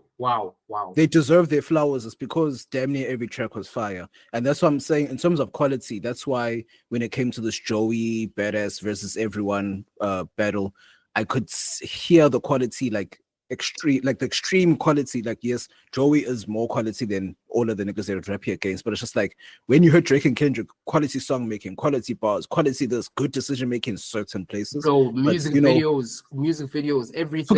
Forget the videos. I'm just saying, Jay, just in terms of the quality of the music, like just you're a musician. No. I'm talking about the skill of rap. Just but before we get to the music videos, because clips are also dope at videos, but it's not their bread and butter. Yeah, you know what I'm saying? Even though the videos are have dope concepts and stuff, it's just their rapping is just that good. But I'm just saying, like, side note, sorry, I'm so sorry to interrupt you, bro. But did you hear there was like a mashup where they put Chains and Whip over No Church in the Wild? Oh my god. Uncle said, nigga, you must be sick. All you talk about is just getting rich. Choke my neck, nigga, and ice my bitch. Beat the system with chains and whips. This is culturally inappropriate. You run from the spirit of repossession. Too much enamel covers your necklace. I buy bitches, you buy them sections. You buy watches, I buy collections. Misery's fueling your aggression. Jealousy's turned into obsession. Reality TV is mud wrestling. Some sign checks I know better than. Beware of my name that there's delicate. You know I know where you're delicate. Crush you to pieces, I hum a breath of it. I will close your heaven for the hell of it. I really hear that tune. Oh my god. Oh my god. Listen to generational. Now you see the mashup. The mashup I fucked with was Denzel Curry. I think it's called Diets, and then they put Kendrick's TV off on there. Oh man, that shit was crazy. That mashup was crazy. Yeah. Finito, I get New Jerseys like I was a Guido. The ego gotta be vetoed if you want a free throw. The evils stay with the scripture. What your mama read you. You gotta milk the game, son. I couldn't bottle feed you. This next bar was about to do some logic shit, but now I gotta stop the shit and let me pop my shit. Drama still adding on, staying positive. All my niggas on my side on the opposite. Get money from a show, then deposit it. Yo shows got no hoes, I acknowledge it. So braggadocious. Spit sick shit, it's atrocious. Rising like the stocks, broken. The Shogun came through with no gun. One man, Ichiban, fresh out of Japan. Do as I command, and what I demand is some fucking peace and quiet. I told him, please go to church and please get on the diet. You must go listen to Zoltron. Yo. There's so much mashups, like, and low key, man. There's so many times where I feel like, yo, niggas gonna hate me for this, but Nas sounds better on mashup sometimes because his beat selection sometimes, not more all the time, but his beat selection sometimes is whatever. But when he is on a mashup, it's crazy. And that's where I discovered Offset is a demon, bro. Because some of the things that he be rapping on, it's good, but when he's on a mashup, because the age-old mashup was Offset's Bad and Bougie on that XXX Tentacion thing, bro. Oh my god. Like, and this is where like beat selection is so important. Like, you choosing the best beats ever is you giving yourself a leg up. You can say the firest, drop the deadliest bombs, the most sensational pockets, but if you choose the beat wrong, man, it's not gonna hit as hard. And that's why I appreciate niggas who are doing the mashup thing, because it makes us reappreciate timeless bars and timeless verses. My thing is, if you're talking Migos, I still think Offset was the best beat picker in terms of just the three of them doing their individual stuff back then. But it's just like Offset's, when he's with Metro, you don't doubt. You don't doubt the Bad and Bougie beats. You don't doubt Ric Flair drip. Yeah, the Ric Flair drip beats are stupid. You don't doubt. Yeah, his song with Gucci. Mid-Gala. Oh my gosh. Bitches are trying to get calm. And bro, that's trap. Like, and the pockets that man sits in. Bro. That's the thing. That's what I'm saying. I've always said, to me, Offset was my favorite Migo because of the skill of the way he does things, because he can break things down into where he's saying the full word. He can chop it, he can use his accents and put half of a word, and then he can switch flows and things like that. So it makes it more it makes the musical experience better. But insane pockets. Like, if you reach into that man's pockets, bro, you find things. It's the same way if you reach James' pockets, you'd find Kvaratskhelia and you'd find Dembele and you'd find half the PSG team. Insane pockets, bro. Some niggas have insane pockets. But pockets are jolly. Bruh. But no, man, Offset, like, I get that, but my thing is, like, when you link with the right person, because here you look at Clips and Pharrell, they basically, since the beginning of time, perfect marriage, and it makes so much sense. Even Push and Kanye, perfect, makes sense. Perfect. So it's like Jay-Z and Kanye, Drake and 40, Jay-Z and Kanye, for sure. Timberland and Justin Timberlake. Yeah, won't you? You just have to have that one producer that you chill with. But anyway, but my thing was like something I thought of was like, okay, yes, now that rap is resetting, but still no one is making hits. Yes, niggas are rapping, but that's why Drake, there will always be a lane for him to make a hit. But because it is Drake, it's going to be looked at differently unless he just drops a super undeniable one and then all will be forgotten. Yeah. So that's just another thing. But the music in general, I fuck with it that's going on. I like the clips, I was stuck on them, but then now I'm back to, you know, the normal stuff. Like, I'm also going back to Joey's My Town, Yabonje. Did you listen to ABK? Dog, I haven't. Oh, yeah. It's not that important, but it's just a dope post-battle song of saying I'm still that shit and all that things. But I've been going back about this. On Summertime Butch.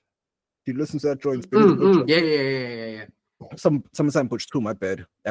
Summer 25, of course, but Jasmine's featuring Westside Gun. I fuck with that shit.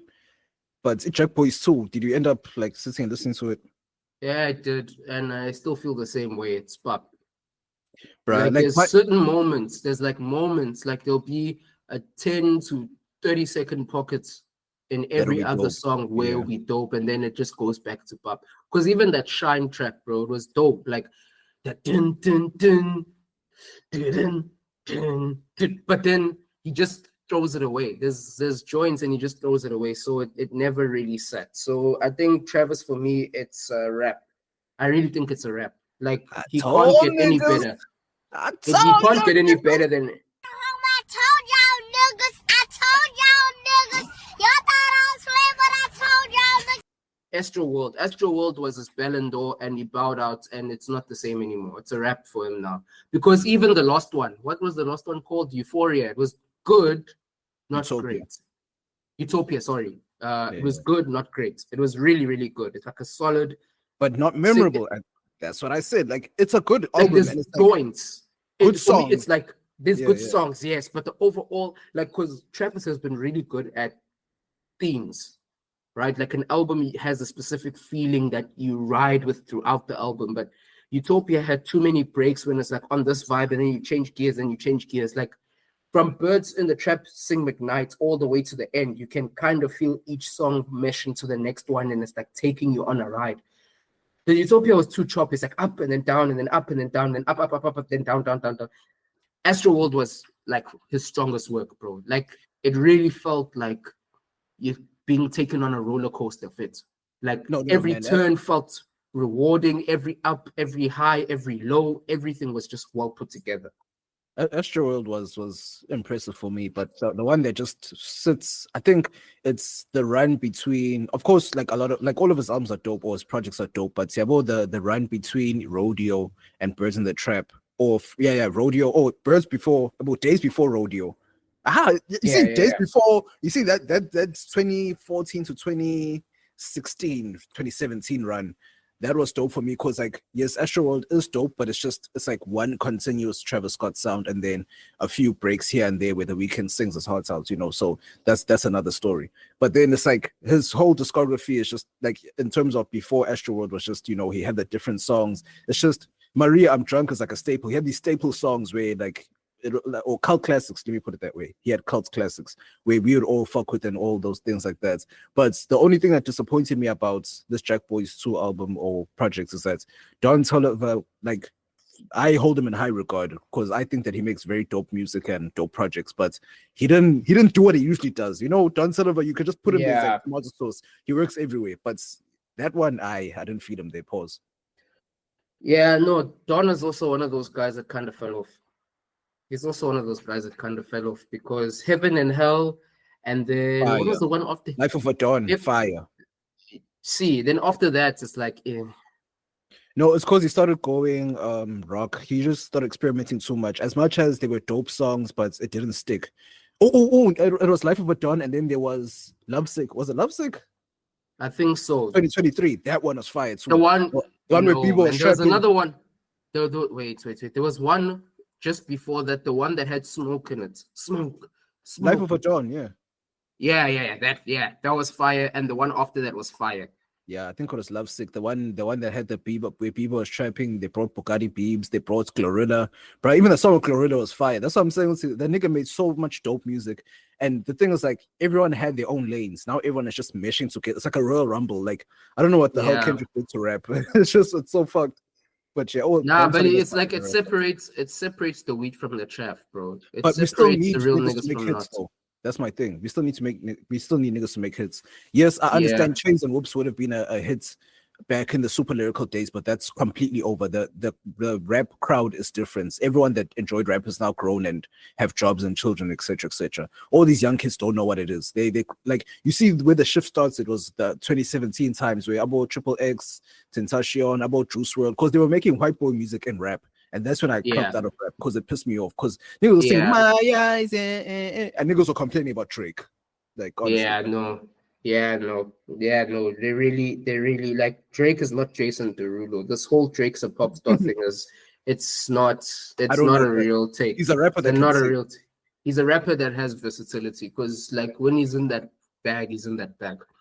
But moving on to more things that are pop. Do you hear Tyler's thing, bro?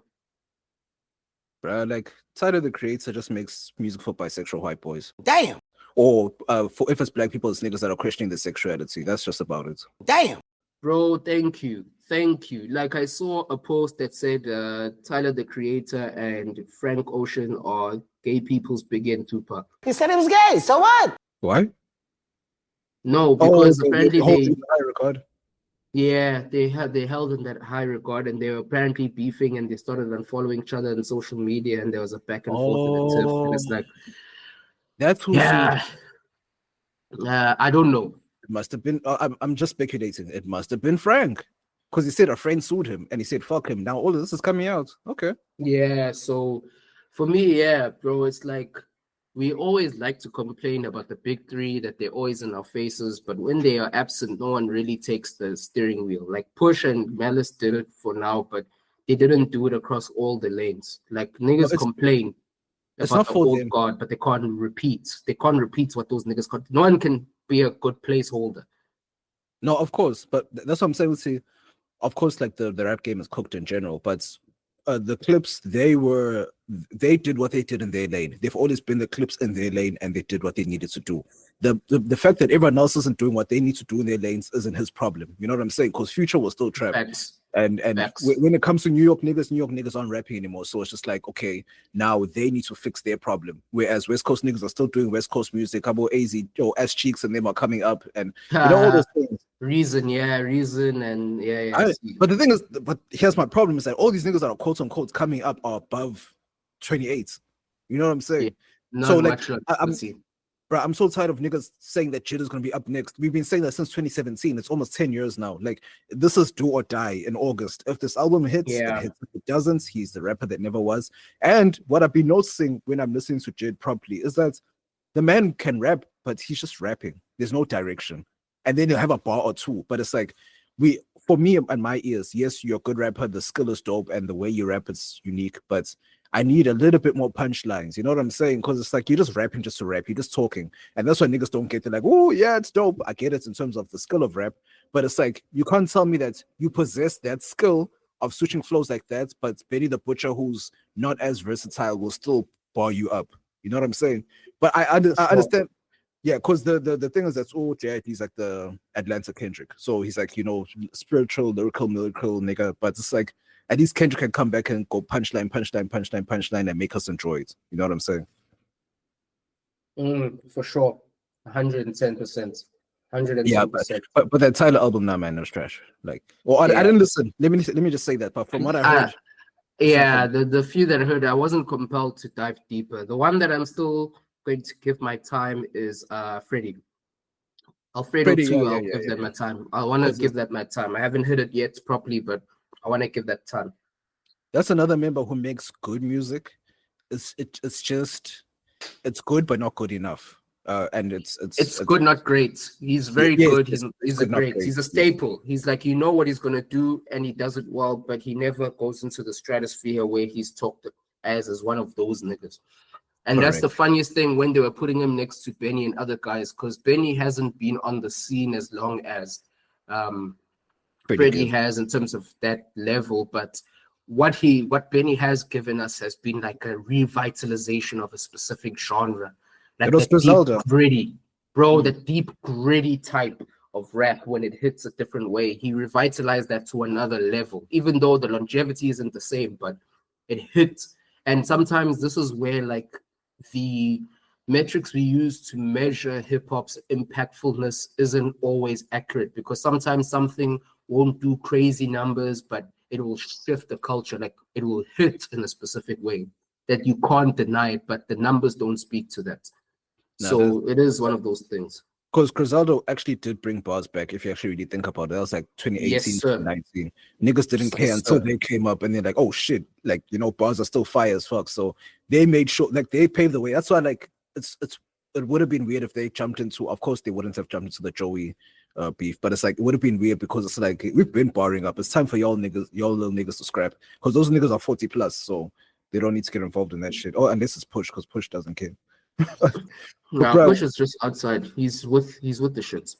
Bro, you should listen to that Wale and Push joint, too fire. But definitely just to wrap things up, what are some of your favorite projects of this year so far? Bro, I don't know if I'm the best. Or even songs. I have to think about this. Obviously, look, for me, album of the year so far is still sitting with Clips. Yeah. Still definitely sitting with Clips. For me, I still fuck with Baby's album. Lil Baby's album. My boy. Like, I don't know what I like about Lil Baby is that he'll have real nigga quotes in his music. That's why I like him a lot. Like, you know, PSA, people can make PSA songs. You know, the allow me to reintroduce myself. My name is Hove. You know, a PSA song. Oh, like quotables for days. Yeah, bro. Like, but in a real nigga way. That's why I like Lil Baby. I hear that. I didn't even know Baby dropped. To me, honestly, I didn't. Baby is not someone I've always checked for. Like, he's dope and he does what he does, but I think what he does isn't for me specifically. I think Oh baby, I always catch him on features, and I always catch him on other things. Yeah, like he's not my type of. Because when I go to the south side, baby is not who I'll go there for. You're not heavy into trap like that. Not too much. Like I'll go there for Future, perhaps I'll go there for Migos, but not him as per se. But what's the name of the project so I can check it out? It's called Wham. Wham. WHAM. Who hard as me? But yeah, well, another joint. You know who's it's not a project, but a track. I don't know if it's this year, but Ghana's Goddamn. Goddamn. That one has been floating for me this year. That one's been floating for me.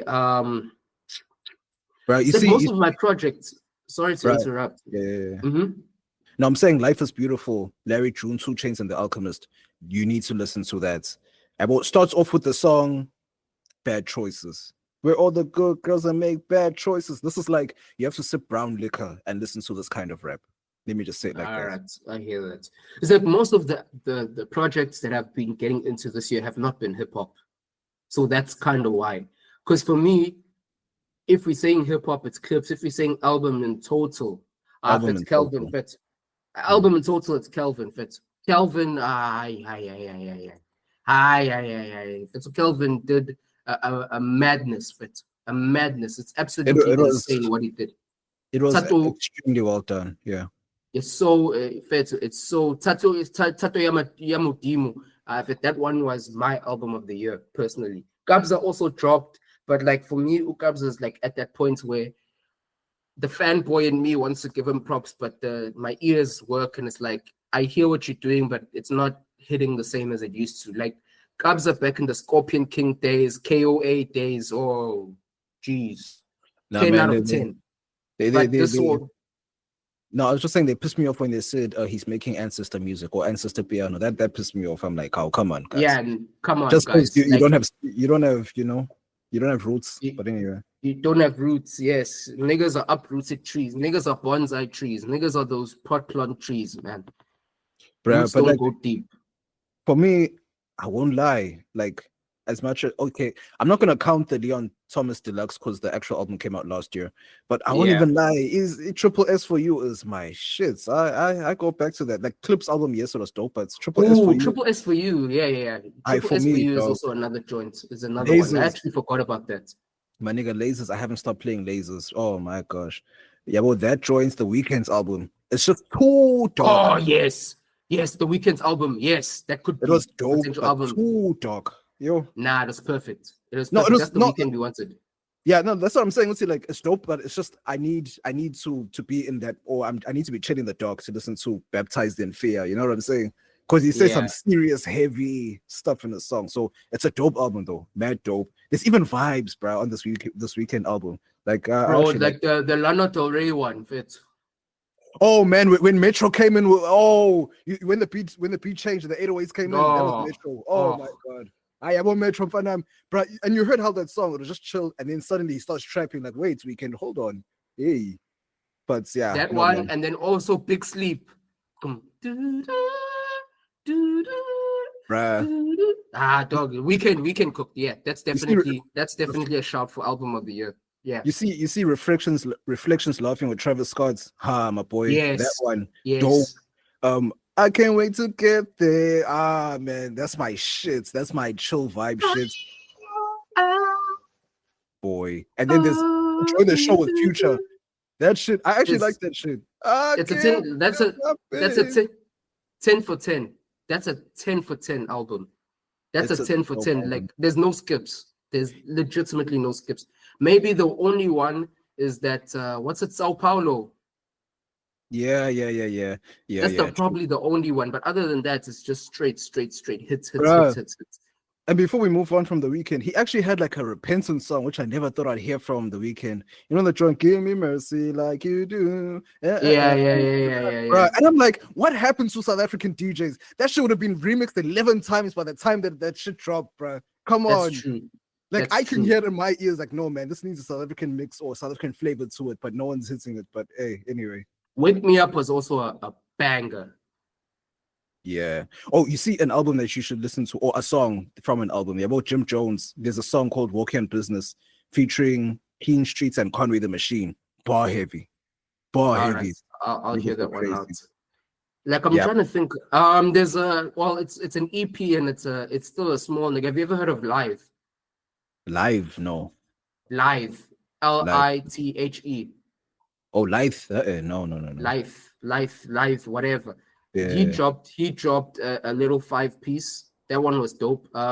Wait. You know Dano dropped. Who? Dano. Daano. Dano. Oh, Dano. Oh, I didn't see that. Excellent. He dropped in May. I'll check that out. Oh my god. And Dano always cooks. Oh, that's why I didn't see that he dropped. I always listen to his tracks, but I don't follow him on Spotify. Yeah. But Fetsu, Jazz Kid 3 is among the greatest things I've ever heard. Jazz Kid 3 is like one of those 10 out of 10s. 10 out of 10 joints. I say listen to this and come back to me because I believe in it that much. I know we'll hit Dano. We'll hit Dano. Dano, I trust. Oh, pause. Shit, that's crazy. And he's saying wheel like I'm in the hell though. Pause. He's talking about training on a nigga, bro. Gay. Something Soweto dropped. It was all right. It was good. Like I'm talking about the shit that you do. You listen to something Soweto? Yeah, I do. But like something Soweto for me was strongest when he was with Kabza and Por, and ever since they're falling out for me, he hasn't hit the same way. But it's too vocal. Like I don't like too much over vocal stuff. Like I like it when vocals are blended into the overall production of the track with some private school piano type joints in it. So that's the type of sound I like.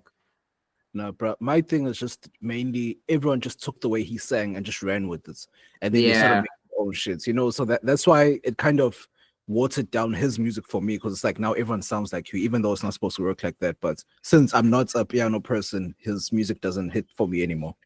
Yeah, no, understandable, perfectly understandable. Bro, but in terms of R&B, what are you touching in terms of R&B? Yeah, I haven't been, bro. I think Sexy Songs for You is probably it. Yeah, R&B hasn't been hitting. Like I know it hasn't. There's a chick the chick I mentioned, Lord Cares. She dropped a project. That shit is dope, but some songs are too girly for me, so I have to play it with a chick. You know what I'm saying? But anyway. Nah, I hear that still. But for me, like for the past 3 to 5 years, like I've been in and out of US rap. UK niggas are really doing it for me, because the thing about UK rap is that they always show up on the footballing comps. You hear the craziest music on over football comps, bro, and that's why UK has won me over, because the Mandem culture and how they blended it into football is beautiful, bro. Bro, did you hear Joyner's reply to Skepta? It was crazy. It was round 2 KO. It wasn't crazy, but it's like at least niggas are rapping now. Like before, it wasn't. And that's one thing I could always count on Joyner to do. I love it. You got him to do that. I love that. I'm not even gonna lie. Like him, Logic, Tech 9, Chris Calico, those types of niggas who do that, they have their lane, and it's special for me, and I'll always go back to those things. Obviously, Logic has fallen off a cliff. Of course. But Welcome to Forever, Bobby Tarantino, everybody those are still in rotation for me. So dope. Look at the flick at the wrist. Man, Bobby Tarantino. Bobby killing the shit. I had to push a T and Bobby killed that. Bro, clockwise, real niggas in the top 5. Other 4 ain't rap niggas. I'm just rapping for the blow side. Top 5.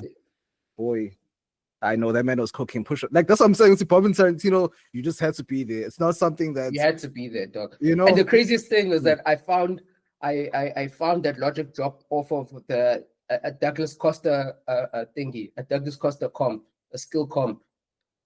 Oh snap! I know. At least it was Discovery. Me, I was just sitting here listening, but I wasn't really a Logic fan like that. And then I heard Flexecution. I was like, Yo, yeah, Flexecution. He was cooking. You see, Logic back then. He's a joke now, but the thing is, Logic. I discovered the nigga off of football comps, because Welcome to Forever. There was a Tiago comp that I found in like 2014, 2015, where I was like, no, this nigga's dope. And I listened to his project, listened to Welcome to Forever. I listened to, there's another one, man. Young Sinatra 3, I think. I think that's where I started. Under Pressure, yes. Yeah. No. Even no. Before Under Pressure, he dropped Incredible True Story. That one. That one was, I think, but it's like Logic is very smoke a bong white boy rap. But of course, it has a place. Like for me, I still go to the Incredible True Story. And then obviously Under Pressure. Trap shit. You remember that joint? Fuck that rap shit. It's that trap shit. Bobby. Yeah. Man. Shit, I was born and raised in the trap, son. Talk shit, get kidnapped, son. That was on Bobby Tarantino 2. Yeah. And then he got depressed. And then he made a smash song that is still getting him paid till this day. And then he's like, oh, fuck it. Bro, and also Young Sinatra 4 was a decent buyout. Like he had a pretty decent, like those. I actually like Will Smith's verse there. Will Smith's verse, I actually liked it there. Yeah. Was it Will or Jaden? It was Will. Will was rapping and Jaden was on like the background or some shit like that. Yeah, man. Like this is what I'm saying. There's niggas who have their lanes and they do. Even Jaden, bro. Like his 2-piece was sensational. It's Eris and Saya, sensational 2-piece. Saya, I was trying to love you, but we falling down. Bro, and like I love how he did the thing with Blue and. Was it Blue and Pink? Blue, yeah, Blue and Pink. But for me, Blue and bro, the way Blue just melts into each other, and like you hear Willow singing, and then all of a sudden, so blue, so oh man.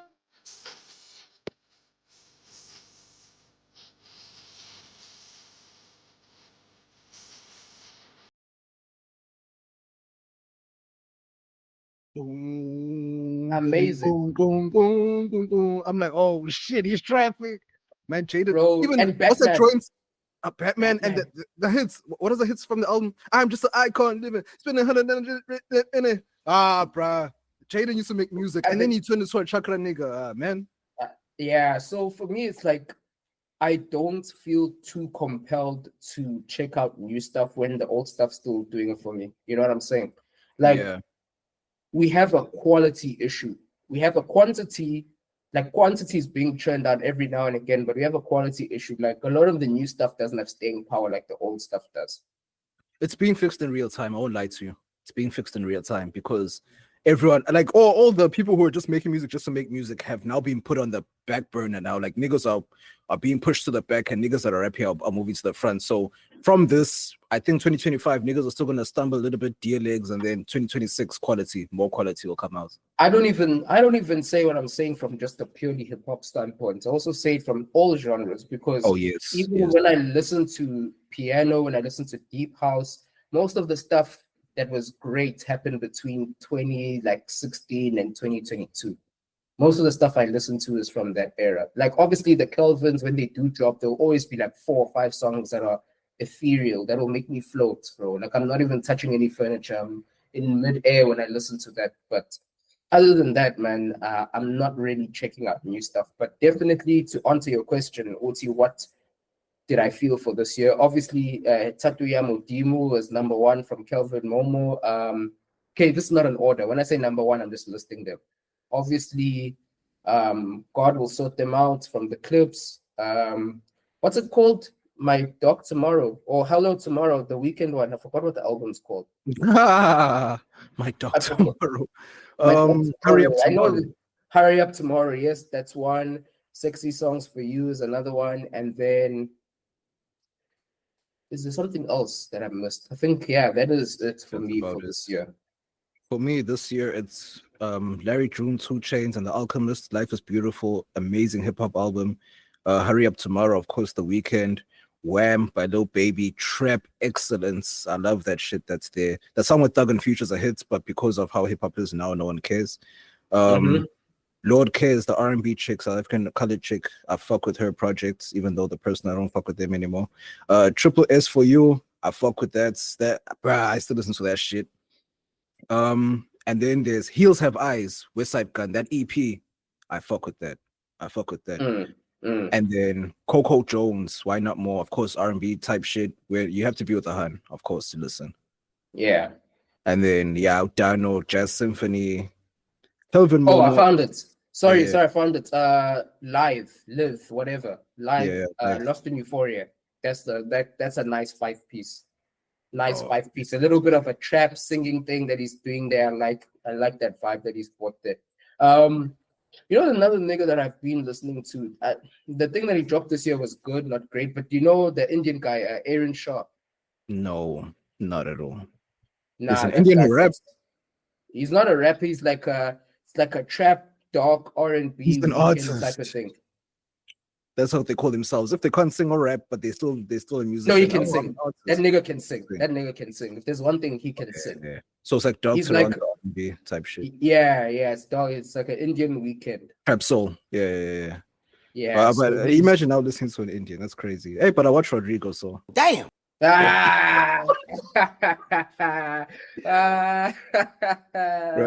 Sensational. Sensational. But anyway, my last one, Let God Sort Them Out. To me, still album of the year. No, that's a good shot. Between that one and The Weeknd and Calvin, for me, any one of those three can take that. Yeah, it's that and Triple S for you for me. Hey, bruh. Yeah, but we're only halfway down. Next 6 months, we'll see what they bring us. We still have Cardi B coming. We have Drizzy. We have hopefully Cole. Who cares about Cardi B? Who cares about Cardi B, bro? You didn't fuck with the first album. Like, I wouldn't sit and listen to it, but whenever I hear it, I'm like, oh shit, it's fire. So the fact that you had to give that type of a disclaimer tells me what type of conversation she should be. She's dope. I'll see you when I see you type things, but it's not music for the soul. It's not memorable stuff. No, it's just not music for gents. That's it. That's true. That's also true. Yeah, that's what I'm saying. Like, I will hear it and say it's dope, but it's just not for us. But yeah, well, I said I like it like that. That's dope. The shit was fire. That's what I'm saying. She has fire music, but I'm not gonna sit and listen to it myself. Oh, except for that other shit. What's that joint that she has with Glorilla Tomorrow too? Her disses there. Even had the people that she was dissing singing along to the disses. My boy. Fake bitch, I saw your friend fuck on your nigga. Both you bitches pussy. I think y'all should scissor. That's tough, bro. You can't tell me that's tough. That's tough. Hey, bro, that's tough. That's tough, man. No, let's wrap it up, man. Scrutinize. Eliminate the elements of surprise. Nah, man, as always, you know what it was. You know what it is, and you know what it's always going to be. The world's most sensational podcast, the Let Me Mansplain Podcast, where everything goes with yours truly, Bavaria in your area, alongside with the most sensational Wesley Sniper. And this has been food for the soul, drink for the mouth, music to the ears.